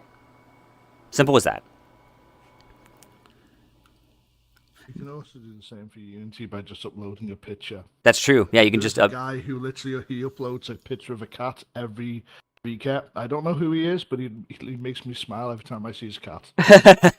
Yeah, we there's a lot of people that will put sneaky messages to other exhibitors during the private exhibition period. But this is an idea of what it looks like. You'll notice that there's your standard rotation tools and other things like that, free rotation tools, and it has essentially a catalog of items that our creators have made. In the past, we had an event called Vket Booth Marsh, which was a submission, like a Vket exhibition on the web where people would sell different assets, and you can too. So if you'd like, under Vket Cloud and Vket Booth Maker, there is a booth that is set up for the there's a section set up for that, right? So you can find the configuration for this, and you can submit items into Vket Cloud and also Vket Avatar Maker by checking out our webpage, and you can become an exhibitor or someone who provides items for Booth Maker and other tools like Vket Cloud and Avatar Maker. So that's something you can do. If you're an exhibitor, if you'd like to make an official asset for us, there are ways to do that, and you can submit them for free. Some of them are paid, which is kind of cool. So people will sometimes pay for your gimmick for Vket Cloud. Vket Cloud is neat. It is a pretty advanced piece of software. It's our own game engine that we have that works on the web. So you can do it on your phone if you want, as you can see, and you can focus on creating rather than doing it in Unity. But there's obviously a lot more you can do in Unity, custom shaders, all kinds of things like that. So I would highly recommend checking it out. But if you want to do something more elaborate, to overwrite it. So it's a really good starting place as well. But you don't have to be a Unity expert. So if you're a VTuber and you can't, like, you don't do avatars, you don't do worlds, Booth Maker is an excellent way to create a booth for your VTuber, or like whatever it is you're into. Maybe you've got a gaming community that you'd like to promote, or a web page, or whatever, right? As long as you're an indie business of some kind, you can have a booth in Vket. All right.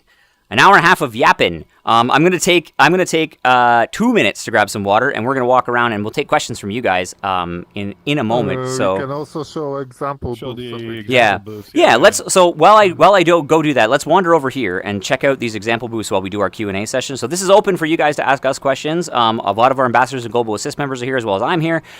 So I would love to talk to all of you if you have questions. I'm gonna go see if those two do as well. Sorry to interrupt, guys. If you have questions about booths, the Q&A session is starting now, so you can ask me questions and stuff. Yeah, okay. Okay? Anyway, but I'm going to take a break to grab some water, so give me a minute. All right, stream, I will be right back.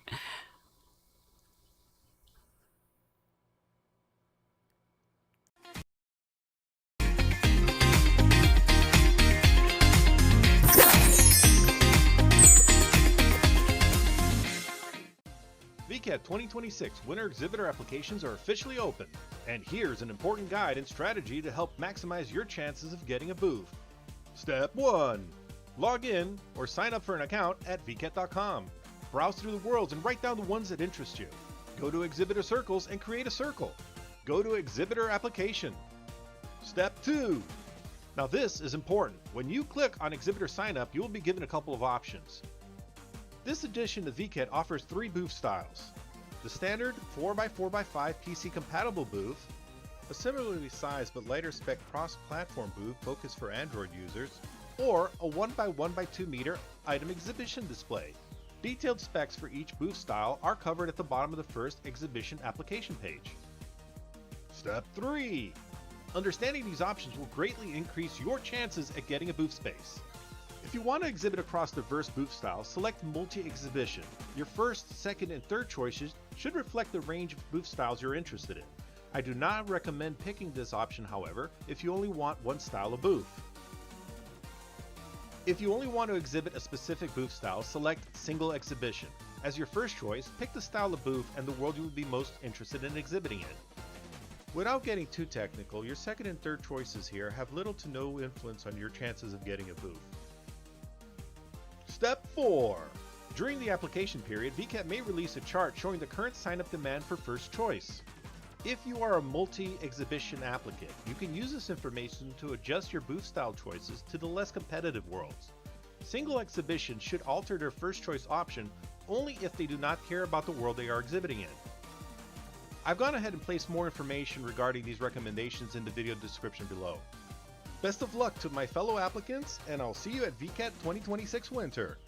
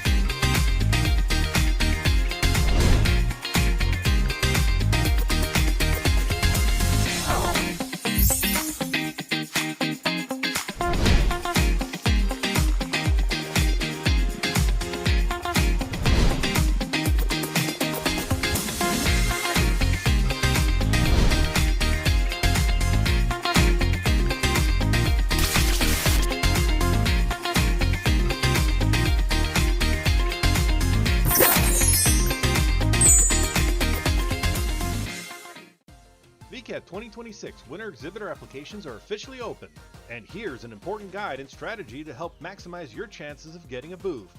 Step 1. Log in or sign up for an account at vket.com. Browse through the worlds and write down the ones that interest you. Go to exhibitor circles and create a circle. Go to exhibitor application. Step 2. Now this is important. When you click on exhibitor sign up, you will be given a couple of options. This edition of VKET offers 3 booth styles: the standard 4x4x5 PC compatible booth, a similarly sized but lighter spec cross-platform booth focused for Android users, or a 1x1x2 meter item exhibition display.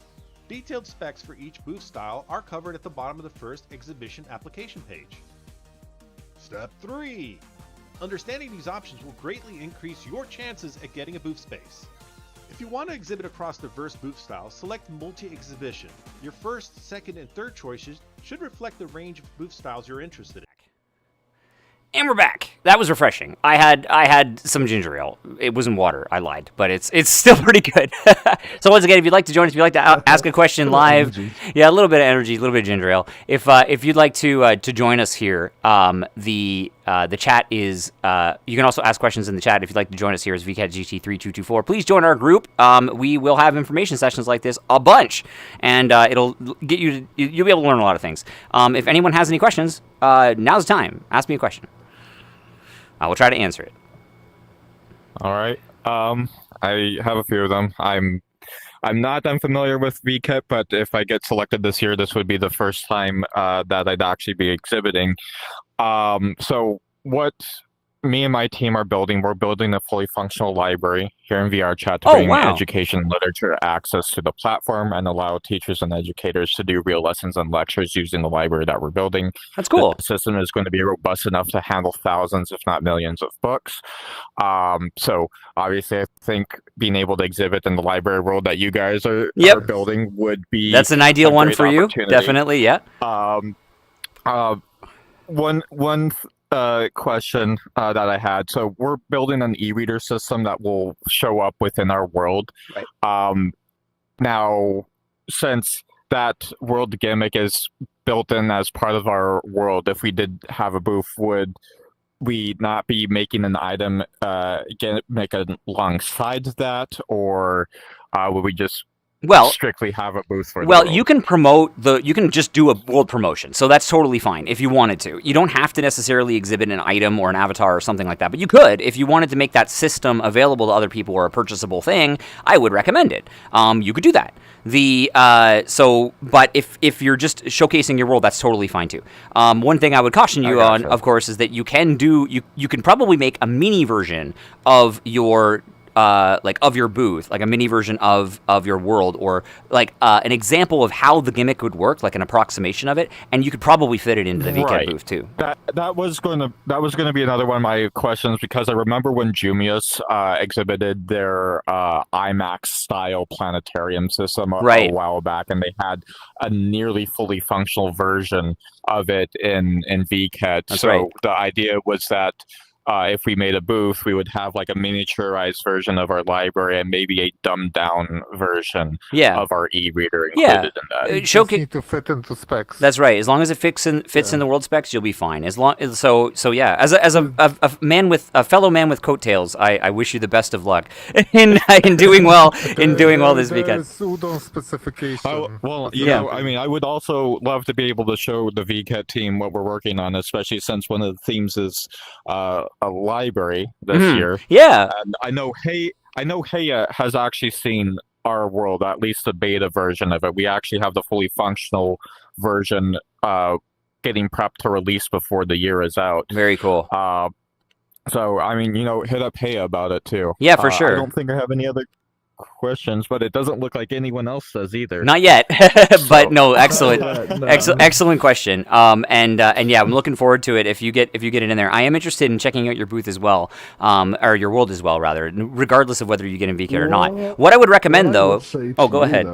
Is there's actually an older VKet world called the Infinite Library. They're not like a library like what you're doing, but they had like a gimmick that showed off like an infinite library in one of the older VKet worlds and stuff. I'm trying to think of which one you're... The Library of Babel, you mean? Yeah, I think that might be it. I'm not sure. I have to check it out. But yeah, another thing I would recommend too to guarantee like your slot would be to consider getting anyone who you know who is capable of working in Unity to also submit. Like, you've got a team, right? So have them all submit for you, and then one of you will likely get in, and like, because your odds will be much better if you have multiple people like signing up to exhibit, and then you can join a circle with that person. So that's totally allowed. Like, we know people do that to sort of game their way into VKet, but you're allowed to do that. So I gotcha. I'm actually on call with my doves right now. Hey, Valgan. Hi, Valgan. Valgan.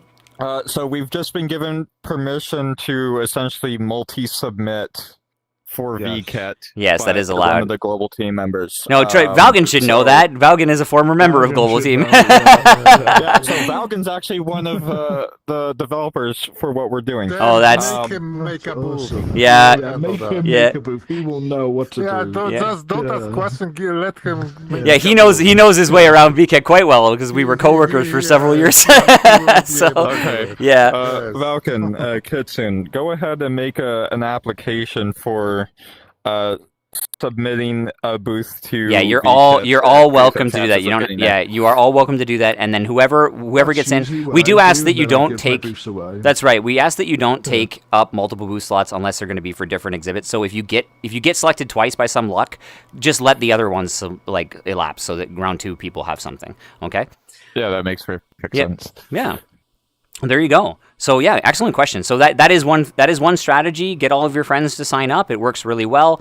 We highly recommend it. Yeah, I'm looking forward to seeing your booth. It's great to see Valgan doing a VKet exhibit again. It'll be good to talk to him. I only see him in basis these days, it seems. So we'll definitely have to. I'm looking forward to it. Yeah, very cool. Very cool. Yeah. I mean, I don't know how long this is going for or how long you're going to still be on, but after this ends, if you're interested, I can show you what is currently the public beta and kind of give you like a tour of what we're actually trying to do and the scope of what we're trying to accomplish. I gotcha. Well, let's talk about it after the stream. All right, guys. Yeah. Let's take a look at some of the booths that you can do. Now, believe it or not, Negoni's booth here, Kimono Cafe, this is a Quest booth. You are looking at a Quest booth. Believe it or not. So... host for you to look at. Thank you for visiting us, and we hope to see you soon at Kimono.cafe. I love it. Pretty cool, right? Perfectly normal. I'm just gonna start my voice coming out this time. Awesome stuff. But yeah, so this is a Quest compatible booth, and you can also do things like teleports and that sort of thing in here. For example, if we run through this door, we get sent to the second floor. Am I back? Can you hear me now? Yep, we can hear you. All right. It might get a bit crowded, but long story short, these are Quest compatible booths. Your limit to what you can do with Quest is mostly your imagination.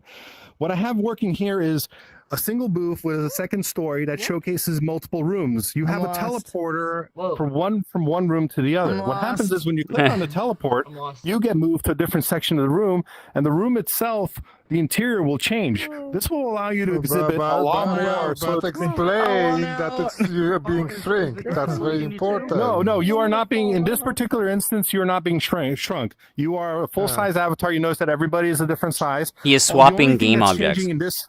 Yeah, this was created before the shrinking was commonplace. Some people were doing it, but it was pretty rare. Yeah.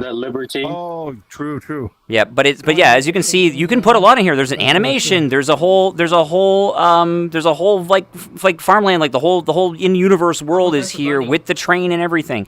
And that's just one of 4 potential places. The next one here is you've got a bathroom. There is additional posters and additional comic creators from Kimono Cafe. Please check out Kimono Cafe. And then over here is the final world. There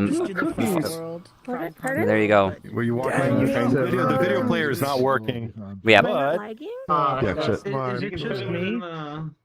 There you go. And I'm on a train. And then finally the train. Catalog to open, but There's the access. Yep, and there you go. So it's an incredibly large booth. This is Quest. Believe it or not, this is a Quest compatible booth. So you can do a lot. You can do a ton with Quest. So Full disclaimer, this particular version was a 5 megabyte where we had it, so it's gone down to 3, but that doesn't keep you from being able to do quite a lot. That's right. So yeah, your imagination is really your limit. If you can't have the full avatar with all your textures showing, you can always have just a pedestal. Because pedestals kind of come in for free. So like you can have like the pedestals on the bench or something. So That's there's right. plenty you can do. Again, if you have any questions or want any ideas or suggestions, you can just join the Discord. A lot of the prefabs that don't come with VKet tools, like we offer the teleporter, the shrink. Well, why don't we show these off? We got them over here. So there are some teleporters and other things like that that are available in our own assets. But QT's VRC World assets are awesome. They let you do things like teleport if you go to a specific area. So you can interact with this button and get warped somewhere, just like the way that Nekuni's doors work in theirs. This is an area. If you walk into the blue area, you get teleported to the orange area. And then finally, scaled area, which will make you tiny. Right? Yeah. It makes your space more space. Yeah, it makes your space more space. Makes you bigger space. In that clip. So that's like and again we can guide you on these and offer these within the virtual market Discord. So do get a chance to join in that. And then you've got this is the PC booth, which is Shadow and El Alba. Yugenki and El Alba. Yeah. Oh, did you get to talk about circles too? Exactly. I was just about to say this is 2 booths. This is 2 exhibitors. There's the entire El Alba community as well as Shadow River's Sleepy Mokuri booth. That was my slot. Yep. Still didn't get any We need to reduce this. We need to reduce the walk speed when we're in this area. Yeah, we should. Hello, Rena. There's no railings. I almost fell off like a couple times. Yep, that's true. You might want to consider putting a collider around it, but you can showcase lots of things in a booth like this. I've almost fallen off a few times. I'm trying to get the catalog to open, but it's not opening for me. Oh, it won't in here because webpage. yeah, it will not work in here because this is an example. No, it's because this world is not. So the catalogs. That's actually a really good thing. The catalog system that we have in here, it only works in VKet worlds because it's a special thing that we've allowed that VRChat has allowed us to do. I remember the attachment menu. Yeah. Okay, that makes sense. That's right. I just wanted to be able to view his stuff. Oh, you can you can find it. You can find it. Keep saying it's open. Shadow, which VKet catalogs were you in? Which VKet catalogs were you in? Which year was this booth? I think summer 2004. Yeah. So if you go to 2024, 2025 summer. Yeah. So if you go to the 2025 summer VKet world and you click on catalog, you'll find it. Yeah, he's reused this booth a couple of times. Oh, okay. Yeah. Okay. Only twice. The first time I saw it was during winter. Yeah. And I like the grass. Someone came up and asked me if my stuff was lagging because of the grass. No, the grass I'm is quite getting performant. Really good FPS. My FPS is like 19, going up to 23 is the highest. It's not bad with this many people here. But they're saying that they're getting Yeah, with a lot of really people bad. here. With a lot of people here, it's usually pretty heavy, and what you're paying for right now is the showing the other avatars more than anything. So, yeah. It does take performance. Yep. May I ask for clarification? Of course. Yeah, of course. Cute and, So, based on what we talked about earlier, you suggested that it would be okay and that we wouldn't get penalized in any way if, say, other members of our team made new exhibition circles to make additional entries. You're allowed to submit. You're allowed to have as many people as you want submit to have an entry. Just the person who is the circle leader has to be the one doing the Unity submission. So that circle leader could change based on it. So make sure that the people who are applying are skilled enough to complete an exhibition, right? Because you shouldn't share accounts, right? Right. Yeah. Okay. So it's okay for us to make additional circles to make additional entries. Yep. Well, no, you won't need to make additional circles. You won't need to make additional circles. You just need to make. You can just make additional submission applications. You would do one circle is what I would recommend. Oh my goodness. So okay, so we would do one circle. You can have multiple. You can have multiple circles per user. So like a user can have multiple circles. That makes sense. No, let's go down there. Yeah. Does that make sense? So does making an additional exhibition entry not require us making another circle? Correct. Okay. So we don't need to make 10 copies of the same circle. No. You do not need to have a circle created to do a submission. So yeah. You can also. Yeah, exactly. So that's just for again, you're just registering interest, and there's no limit on how many users can do that, as long as you don't game it by making sock puppet accounts, and we have ways of finding that out. So, yeah, as long as each person is a real individual, you're fine. Yeah. 87, I think. Right? Got it. Yep. Okay. Yeah. We could just 78. Come on. It's not gonna be easy. 6, 7. Chicken or steak? Okay, so I'm being asked dinner options in the chat. That's a first for me. I'll have steak. Also, Brina, your avatar is adorbs. According to Shifter in the chat. There you go. Okay. All right. Your avatar is adorable, Shifter says in the chat. So say hello. This is, thank you. believe it or not, this is a medium-rated avatar. This is a medium-rated avatar, believe it or not. But this avatar was made. 108,000. We talked earlier about we talked earlier about AAO and mesh compression. That's what's possible. This avatar started at 609,000 polygons and 50 materials, and like 170 something megabytes. Yeah. Like the file size of it. Of just the texture, and we got it all down. Yeah, we got it all down to medium rated. So this is just a booth kit bash, and we got it down to medium, which is what's possible. So unfortunately, those asset files you can't use them in VKet. No, we really didn't. Items. I mean, I literally just had to get rid of my umbrella. That's fair. And she's got the full version as well, right? Yeah. But yeah, optimized. Yeah, let's take a look. Global, VKet Global. All right, so we got Discord. Polygon I posted the Studios. time of it in there. Yeah, so this is a booth that I programmed for Polygon Studios. This is a PC compatible booth, but this was done for the aquarium world. So it is a booth that's embedded in the walls. And something important that we may have not mentioned, there is a language switcher option within VKet, because remember, a lot of our audience is both Japanese and English speaking. So there's this prefab that's right out here in the entrance of the door that allows you to switch from contents from English to Japanese. So we have it. I don't think it might not be working in this case, but what that allows you to do is switch their video. So you can play more than, well, at least you used to be able to play one more video. Let's see how the new video thing works out. Right. But you can switch videos, you can switch objects inside. So everything will go from like it's in Japanese right now, and if you click on it, it should switch it to English. That's right. which And it this isn't. this gimmick will also select if you have used the EX menu. You can tie this into whatever language they're using as well, and the booth will automatically be in that language, which is pretty cool. But this is an example of like what you could stick in a booth. You can have as many avatars as you want. There's different ways of doing it, and there's also an upstairs. Yeah. Yeah, they use a teleport collider. Stencil shader. Yeah, look at this. Yeah, so I use this technology. Sorry, we use the technology that's been developed. Shaders. It's not. Oh, okay, yeah, but I'm saying I know it's a Yep. but it's a stencil shot. Yeah, it is. But this was developed by a friend of mine that actually. But this is available online through a couple of different developers as well. What you can do stencil shader. You can make like vertices small, and you can resize it with shader and make it so it masks stencils. Yeah, this is just one technique, right? Like, there's so many things you can do. Yeah. A booth can be bigger on the inside like this, right? So what is this? It's a theater. This was a way for it's a theater, and you can actually spot a lot of the people that are here present inside the theater. Including VketChan, there's me, there's Lun and Shifter, and there's a bunch of people here. And the idea for this was for you to see something you normally wouldn't see, and be also able to show.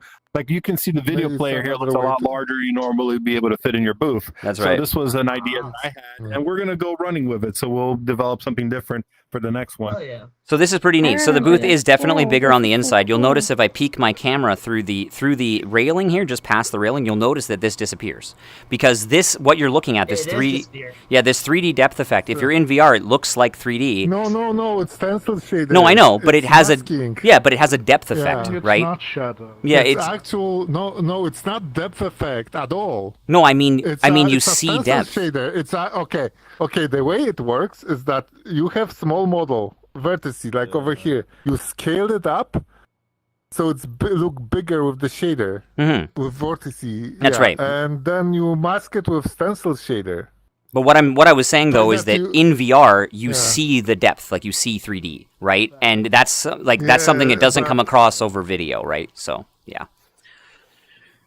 It's also visible on desktop. That's right, but you don't see it doesn't look 3D, right? Like, that's what I mean. This can look it can look stereoscopic, right? That's the point. That's what I was getting at. So yeah, it's a great system. It works well, and it's how you can make your booth much bigger. You'll notice that other booths that Nekuni has done in the past have had rides effectively in them, and It's not just VX that knows about it. Just so you know. all right, so let's go over here. Let's do a one last pass on everything that's in this world. So please join the How's Your Progress world. Please join How's Your Progress world and check out all this stuff. If you want to learn about VKet Reel, which is the last 2 days of VKet, you can see the link right up here. VKet Photo is a hashtag that we love, that you use. We have an SNS campaign for it. We will still often retweet you if you use VKet Photo or hashtag VKet while you're in here. We have an official hashtag list for the previous VKet. When the world's returned, you can use those, but we will have a new set for this upcoming VKet.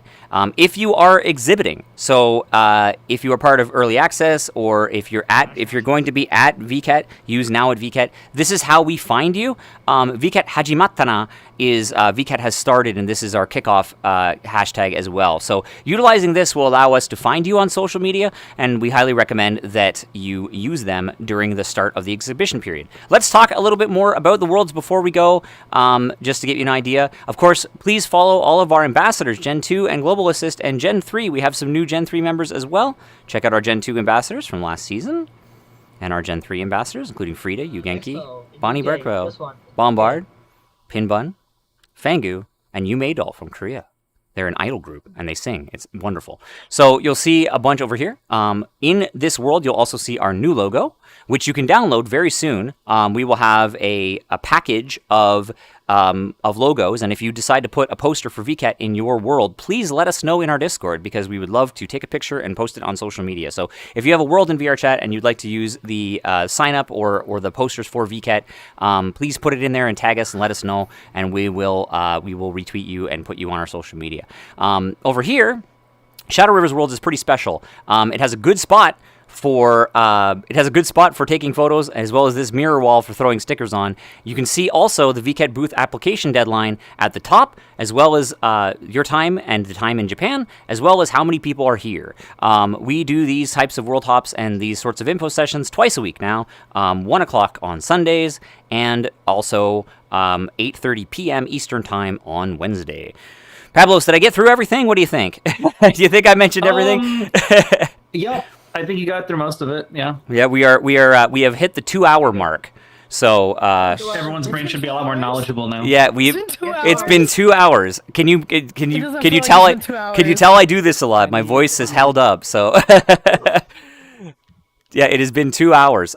So we will end the stream very shortly, but we never do that without rating somebody and getting a group photo. So let's do that together in front of the How's Your Progress world right here.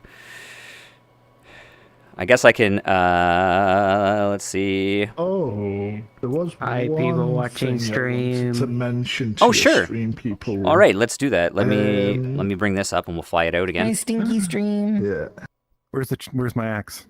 You know, we could go back So, further. we Like spoke- tall folks in the back and small folks in the front. Yeah, I'm going to fly back out in a second, but go ahead, Savvy. Go ahead. So we spoke about like different ways of like you can collaborate with your booths and Trucks stuff. and If the you're back. watching and you're like, Might be best to get oh, rid of the truck, Jovis, because the truck's covers up the logo. Hang on, for guys. this year. Just a moment. Just a moment. Go ahead. So we spoke about like ways that you can collaborate on booths if you work together and stuff. But if you're somebody that wants to get involved with VKet and you're like, damn, that $30 like price gap is stopping me.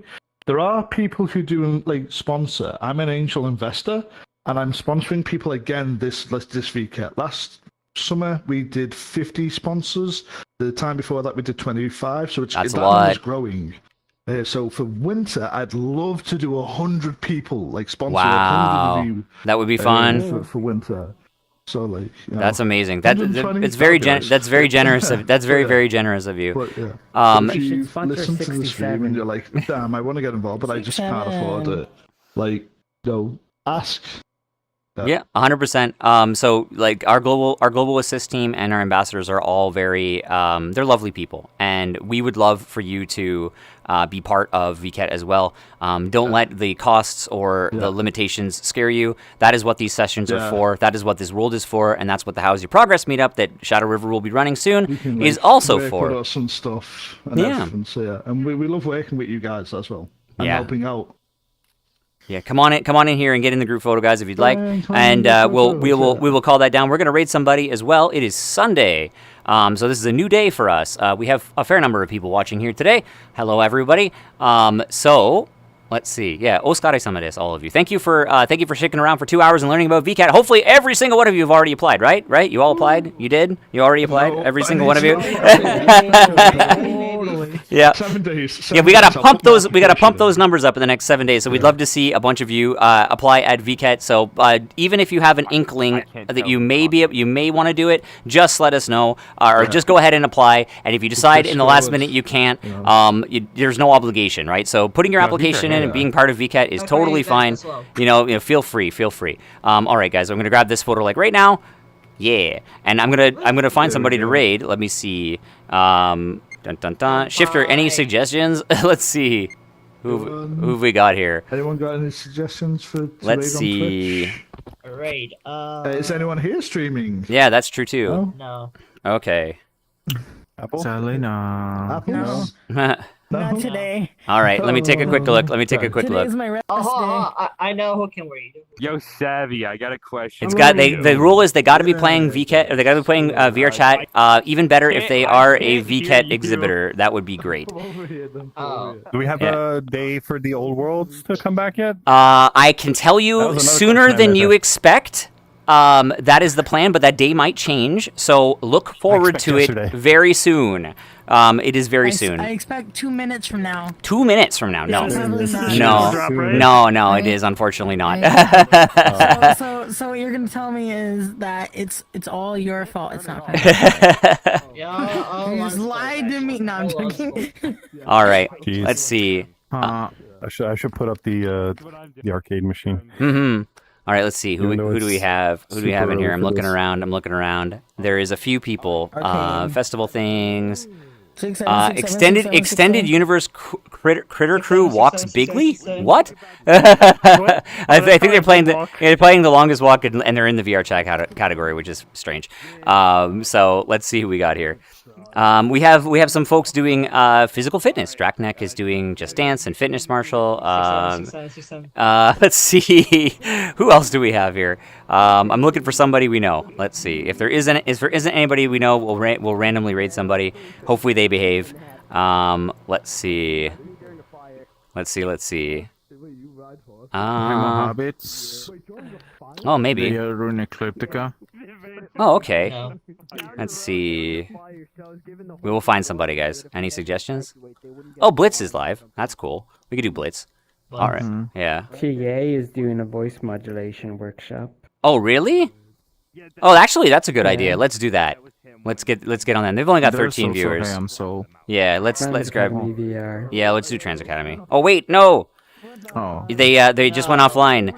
Let me try again. Yep. Yeah, they just went offline. They must have just finished. Yeah, they must have just finished. I went to click it and it went offline. So I guess we'll grab. We'll grab Blitz. All right. We'll wait. We'll raid into Blitz. Blitz gonna. Although are they doing VRChat? No, they're just yapping. Let's see. Yapping. Yeah, they're just yapping. Sorry for the delay, guys. We'll send you over to somebody fun. How about we do? Okay, so there is a Limbonic is doing dancing and stretching, which is something you can do in VR, which is a lot of fun. But they're using the Just Dance world to do so maybe I should avoid that with copyright stuff. Let's see. There's a bunch of stuff. There's a bunch of people. If you want to be rated by us, please let me know that you're going to be streaming around the same time we are. We would love to raid wholesome streamers. Within limits. We like to visit new people as well, and especially if it's somebody who has exhibited at VKet before. Small or large, it doesn't matter. And we will have streamer signups as well. So if you want to be a collab streamer with VKet, that is something that you can do in the future.